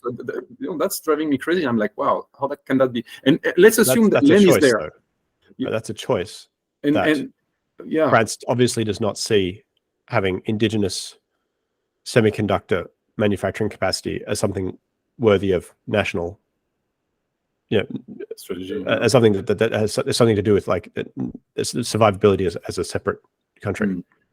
Right? Which kind of indicates the extent to which the politics is a joke, right? Because like it's going to be complicated. Silicon is like the major material of the coming centuries plus, but the reality is, at least on the energy front, unfortunately, I'm sorry to say this, it seems to me that European policy is largely non-serious. Right? It's people who do not understand the issues making bad decisions. True. Yeah, that's the difficulty of the problem. But even if land is there, land is not free, right? You have to pay for the land, you have to pay rent, and even if it's not that productive, it's not that cheap compared to the Sahara. So I'm like, wouldn't it still be cheaper to produce the methane using a machine in the Sahara, where land is so cheap and the place is so sunny? Well, it's true. And then pipe Maybe it to Europe instead. Maybe it's easier just to move all the people to Libya. Or move all the industry to Libya. Well, you run the math. You tell me how much it costs per unit gas to transport it through a pipeline under the Mediterranean Sea. Yeah, let's right. Compared to building it outside your own town. Yeah. And run that math. If you're paying $40 per 1,000 cubic feet, $10 per 1,000 cubic feet, $5 per 1,000 cubic feet, and I think what you'll find is that shipping gas through a pipeline adds, depending on the distance, $5, $10, $15 per 1,000 cubic feet, non-negotiably, right? So like. 5, 10, $15 depending where you are. So like, well, I mean, that's part of the reason that gas is so much more expensive in Europe than in United States, which is like, and it's way cheaper by pipelines than by these methane cargo ships. Yeah, that's right. Yeah, it's cheaper by pipeline than cargo ships, but it's also, bear in mind that like building pipelines under the Mediterranean Sea is significantly more expensive than like slapping a pipeline down on land. But these pipelines are already in there. 1960 or something. The good thing is these pipelines are there already, right? Under the Mediterranean. From Algeria to Europe, it's there. Little ones. There's little ones, but like if you think that you can reverse the entire flow of natural gas across Europe through those two pipelines, probably right? not. Like whereas mostly it's coming in from the northeast, then I think you'd have to build more of them. But I mean, it's good that they built some at least. At least we'd have a good idea how much it would cost to build more. Fine, if you think you can do neocolonialism with solar power in North Africa, all power to you. But I think the reality is that. As long as you're like south of Denmark, seasonal variation will not be enough to kill you. And if you're north of Denmark, population is so low. No, anyway. The only population north of Denmark is literally like Denmark, Scotland, and the Nordics. The rest of the world is too cold. There's no one lives there because of the Gulf Stream. But even then, like even if Denmark, everyone there flew a private jet, it would hardly make a difference to the climate issue because there's so few people there, right? Yeah. And they could use synthetic wind, or most of those countries actually have quite a lot of offshore oil and gas as it is anyway. So it's not like they have to import oil and gas long distance. Just Finland. Finland gets screwed. Yeah. Sorry, Finland. Yeah, so maybe two last questions about space. So you have that sure. fascination for Mars, so do I. But just two concerns and objections I faced as well. One is that, Mars might as well be habitable. You wrote it yourself, it's very possible that Mars is still habitable to this day, even near the surface. And so it might as well be inhabited. And if we send humans to Mars, we'll send humans with their microbes. And for sure, at some point, they will go out, and there's an atmosphere, so there are tornadoes, and so microbe will circulate, and they may contaminate local life. And because they may be related, this is something you wrote as well, and which I believe in as well. Life on Earth might as well come from Mars. There are good reasons to think so. So they may be related. So we may confuse the search and and the science of Mars life completely. And so the question is, why do that? Why do that now? There's no urgency. We can send our robots. We can take our own sweet time. We can build space stations, a rotating space station, and we just wait and explore Mars with our robots so as not to spoil the search for Mars life, because there's definitely a risk. And all the people from planetary protection, they're saying the same thing. The second humans go to Mars, it's game over. Yeah, all six of them. All six of them. No, actually, I mean, there's actually been a bit of a shift on planetary protection in the last few years, which I think is a step in the right direction. I understand the point of view, and I'm sympathetic to it. However, it does rest on a couple of unstated assumptions, right? So one of those would be, for example, that if humans don't go to Mars, don't send our robots to Mars, that Mars is naturally isolated. That's not true. Each year, a few hundred pounds of Mars rocks rain down on Earth from Martian meteorites, and in some of those rocks, we found potential evidence of life. And we've also been able to confirm via magnetic studies that those rocks were not adequately heated or shocked to kill bacteria if living bacteria had been on them. The living bacteria have not been discovered on rocks from Mars, but they could have, if they had been on there, they could have survived. And so it seems at least possible that life came to Earth from Mars. But that can also go in the other direction, right? It's weirder though, because Earth is somewhat larger. The frequency impacts on Earth that are large enough to blast pieces of Earth to Mars are relatively low, but they're by no means zero. I mean, like the impact that wiped out the dinosaurs would have thrown. And the last impacts that hundreds of tons of stuff rocks to Mars from Earth, it was such a long time ago that any rocks coming to Mars right now in the past I don't know, is it like 100 million years? They would have been sterilized by now. I don't know for sure, but it could be a million years. I think it's unwise to assume that a rock with a spore inside it would be sterilized by staying in space for a long time. We've been able to identify and revive extremophile bacteria trapped in halite for millions of years. So these some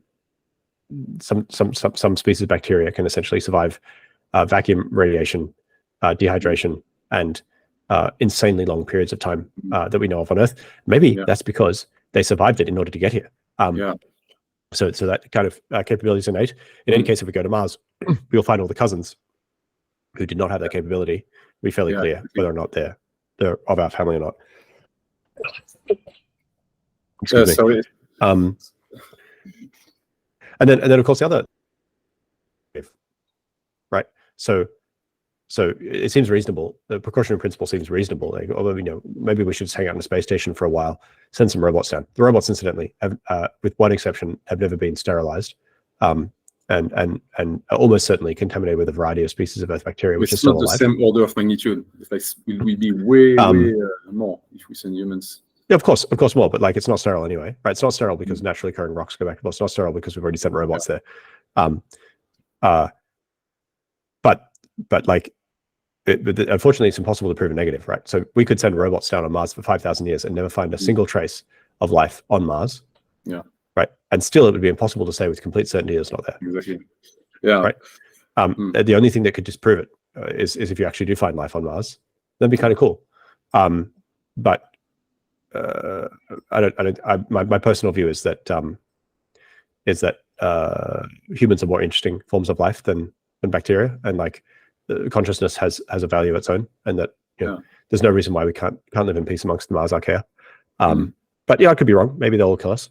I don't think so. It also seems highly likely to me that Earth bacteria would have a comparative or competitive advantage in the Mars environment versus any bacteria that might be living there already.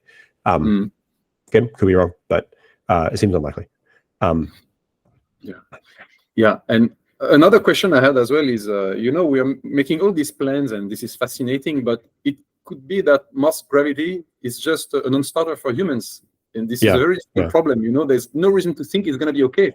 And so while it's interesting to think of how to industrialize Mars and all, it seems to me that one of the first things we should do is just launch a rotating space station where to recreate artificial gravity, Mars level, and just send humans there for 6 months, 1 year to see what happens. This should be the first thing we should think of and talk about before making all these plans that are fascinating but so far-fetched in a sense.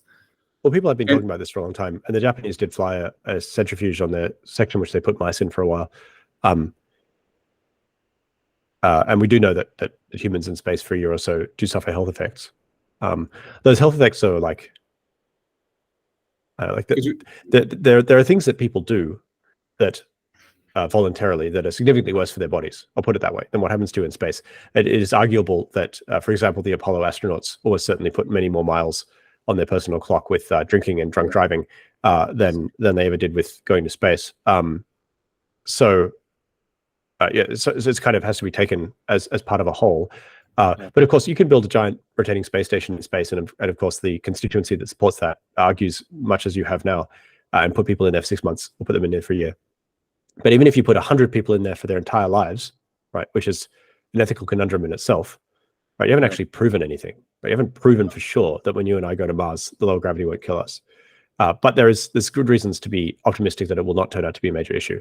And these are the reasons. First of all, we know that humans can exist in a variety of sizes, right? So like the intrinsic load on the cross section of your femur, for example, varies quite a bit between, say, a person who's naturally 4'6" tall or a child, and say a linebacker who's a professional sportsman, or someone who weighs 500 pounds. And we certainly know that like carrying around a lot of weight is not so great for you. So maybe like higher gravity is bad for humans, but also that like the major health impacts of obesity are not musculoskeletal. Actually, musculoskeletal degradation, for example, seems to contribute to obesity because it reduces mobility, but the major impacts are cardiovascular. So it's kind of that in favor. And then of course there's the fact that when you're under, it seems that when you're under a gravitational field, that your bones adapt to the peak stresses that they're put on in terms of force, which in turn are determined by the size of your muscles. So for example, on Mars, it may be the case that walking ordinarily places much less stress on your bones than normal. But if you were jumping as high as you could, necessarily you'd be hitting the ground as hard as you would be on Earth, just a little slower. Like you jump higher, but you spend more time in the air. But you'd be hitting the ground just as hard. You'd be lifting heavy objects faster, et cetera, et cetera. So you still plenty of forces on your bones. And then, of course, lastly, if it does turn out that if you're not sleeping at 1G, you die, which seems unlikely again, because astronauts have survived in the space station with essentially less impact on their bodies than professional sports, for example, for a year at a time. You can always build a centrifuge, and centrifuges are extremely not complex compared to starships. So you could build a rotating hotel and everyone could sleep there at night. Or like work out there, or do whatever you have to do, or like walk around carrying weights. Walk around carrying like a fat suit to put some more weight on your bones. Okay, so it would be amazing if like gravity turned out to be the major problem, right? Or if radiation turned out like the major problem is almost certainly going to be like systems failure, right? Like machine breaks down, breaks another machine, breaks another machine, breaks another machine, cascade of failure, and then people die. But yeah, it would be incredible if it turned out that low gravity was like the major impact. Thanks, Casey, for your time. I have a few more questions, but I think it's already quite late. So well, I'll come back on some other time. I'm about to run out of voice. Thanks so much. Maybe just as a last word. So coming to the US from Australia, what was the one thing that surprised you the most?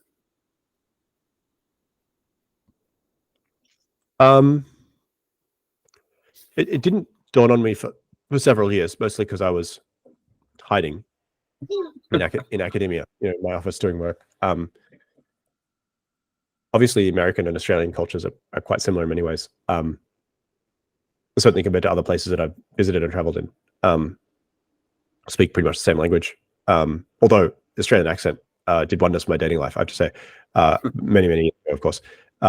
But the key difference between the United States and much of the rest of the world is, at least in this part of California, if you have an idea and you're willing to go and start a company, it's not that hard to find someone who'll write you a check that will cover your costs for a year or two, right? And maybe help you hire a team. Yeah. That's really unusual, right? Even on the East Coast of the United States, the process is quite different. In Australia, people will write you a check to tell you it can't be done. Yeah. They'll take you out for dinner and say, no, mate, forget it. Don't even bother.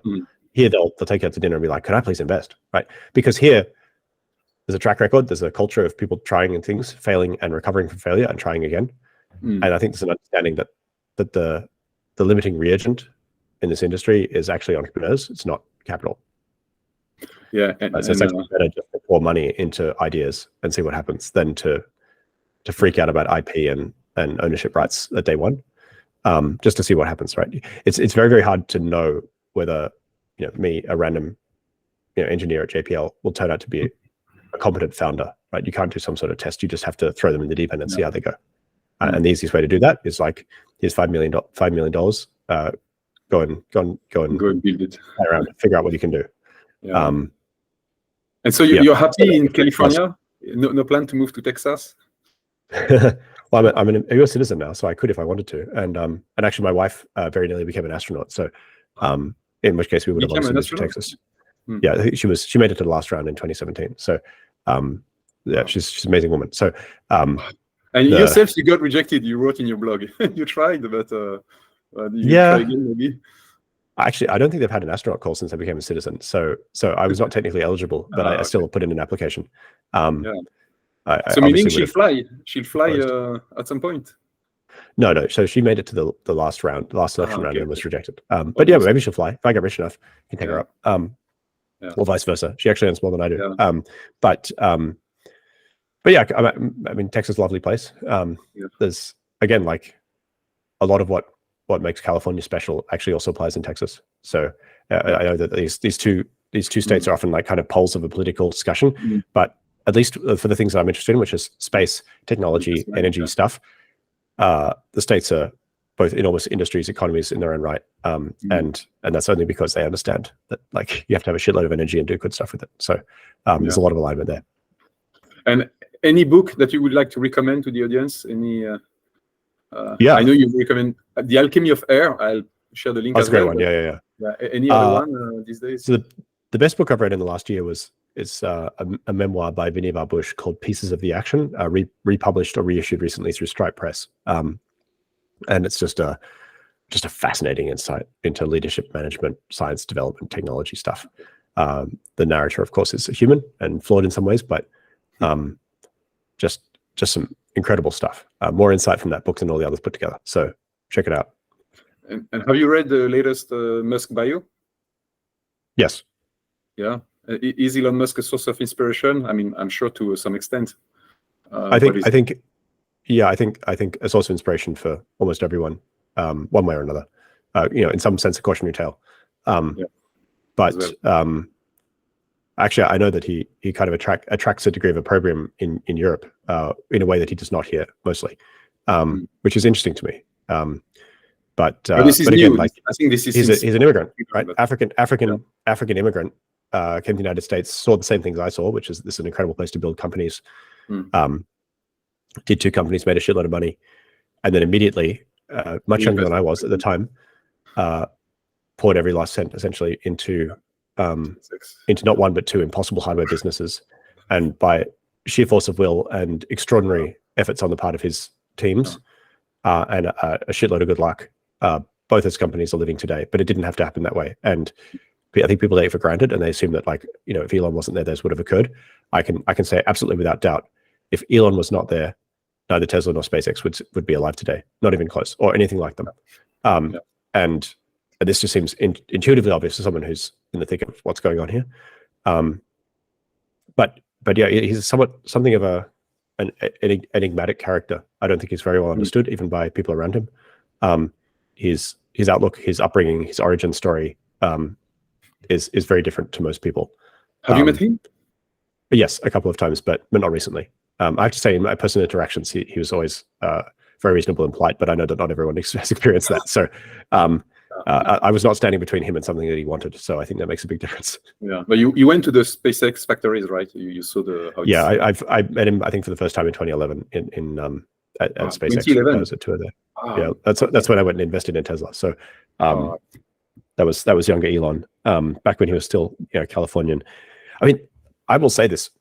I said this before, but it shocks me that the American left found a way to hate a successful immigrant who built businesses around green energy. Yeah, that's crazy. What a catastrophic own goal from a political perspective, right? Like, how the hell did Elon end up on the out and outs from the American left? Like, he should have been a champion. He could have been the vice president. Like, and yet they drove him out of the state. Like, there's something deeply wrong, deeply messed up there. Yes, he's not perfect, et cetera, but like, if not him, who else is building things with this scope and scale of ambition and successfully executing them? Right? Whereas I guess it's not full communism, so like that upsets some of them, but like it blows my mind that like even the Biden administration, which is, as far as the American leftists go, pretty centrist, managed to get their respective noses out of joint so catastrophically on cars because Tesla doesn't run union shop. Like, that makes a difference. They treat their workers well enough. It's a free country. It's an at-will employment. They don't have to work there if they feel they're being mistreated. They can join a union and work at another car plant if they want to. Yeah. And yet they just continually snub them and acted like Tesla doesn't exist, even though it's the most successful electric car company in the entire world. Biden didn't even make a mention of Tesla. He was talking about Ford and all, but that's he eventually did once. But yeah, exactly. But yeah, I mean, talk about failing to deal the hand you've been dealt, like failing to play the hand you've been dealt. Especially after he had such a public disagreement with Trump, right, over the Paris Climate Accords. Yeah, that could have been. He was in play. He could have been anyone's, right? And somehow he got driven into the arms of the self-pitying American right, which is anyway. We'll see. We'll see what happens there. Okay, thanks. And do you think Starship will reach orbit before the end of the year? What's your bet? Well, I think it's majorly there's an article out today, but like it's been an open secret for a while that major constraint on Starship's ability to iterate at this point is regulatory. Yeah, which again is another catastrophe. Like, it's politically awkward in some sense that like Elon is down in Texas tooling around building giant rockets and making an ass of himself on Twitter, but and actually Twitter acquisition is a major existential threat for the entire class of kind of political fixers in the United States, because they can't easily control that narrative. But there's a reason that billionaires buy newspapers, right? Like, I'll leave that as an exercise for the reader, but like, why do billionaires buy newspapers? And Elon's gone and done that with Twitter. Only I think Jeff Bezos spent $250 million on the Washington Post, and Elon spent $44 billion on Twitter. But you need to see this in the wider context, which is that if SpaceX hadn't come along, China would be all over us in terms of space stuff right now, but for SpaceX they would be. So like, if we want to stay ahead to the extent that we are, we should be fighting in Ukraine. Well, exactly, but finding ways to get out of their way. Yeah, like think where we'd be right now with this conflict in Israel if Russia had eaten Ukraine 3 years ago, which it damn well looked like they would have, and definitely would have without Starlink. Right, where would we be right now if we had Russian troops up against Poland? And Elon Musk did not steal that power from anyone. He just built it from scratch. There was nothing before. He built Starlink, and its capabilities where there was nothing. Well, I mean, there was like Iridium and things like that before, but not quite in the same way, and not responsive in the same way. So like, if you think like American cultural power, soft power, hard power, financial power, like it or not, Elon Musk is the personalized apotheosis of a lot of these sources of power. And exactly, and it might feel good for the administration to basically ignore SpaceX's issues with getting stuff certified quickly enough to progress Starship, because why would they do him a favor, right? But at the same time, every month that we slacken off and delay the Artemis program is another month that China gets closer to putting a flag on the South Pole and saying it's ours, get screwed or nuke you. No, but they have to allow him to launch at some point. It's just a matter of weeks, I guess.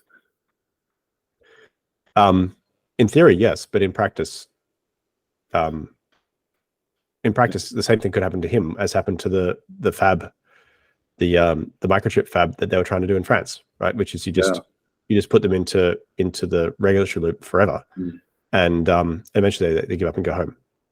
Well, the same thing happened to Polyakov, right? He was the Ukrainian entrepreneur who bailed out Firefly, and eventually the State Department basically told him to get lost because he was Ukrainian oligarch who owned and operated rocket factories in Ukraine, and of course that's interesting now for the geopolitical perspective, obviously, but at the time, like, it continually blows my mind that that United States would say, "Oh, potential geopolitical adversary, please go back to your country and build weapons and rockets over there," instead of being like, "Yeah, come over here, and by the way, we'll put you on some contracts so we can keep an eye on what you're doing, and just make sure that you're doing something that's not too exciting, but is still useful," right? Like, again, like that's should be doing, like every Iranian nuclear scientist should be like Operation Paperclipped over here, tucked away in some corner of Alabama, and got busy on some aspect of the space program, like they did with the German scientists at the end of the Second World War.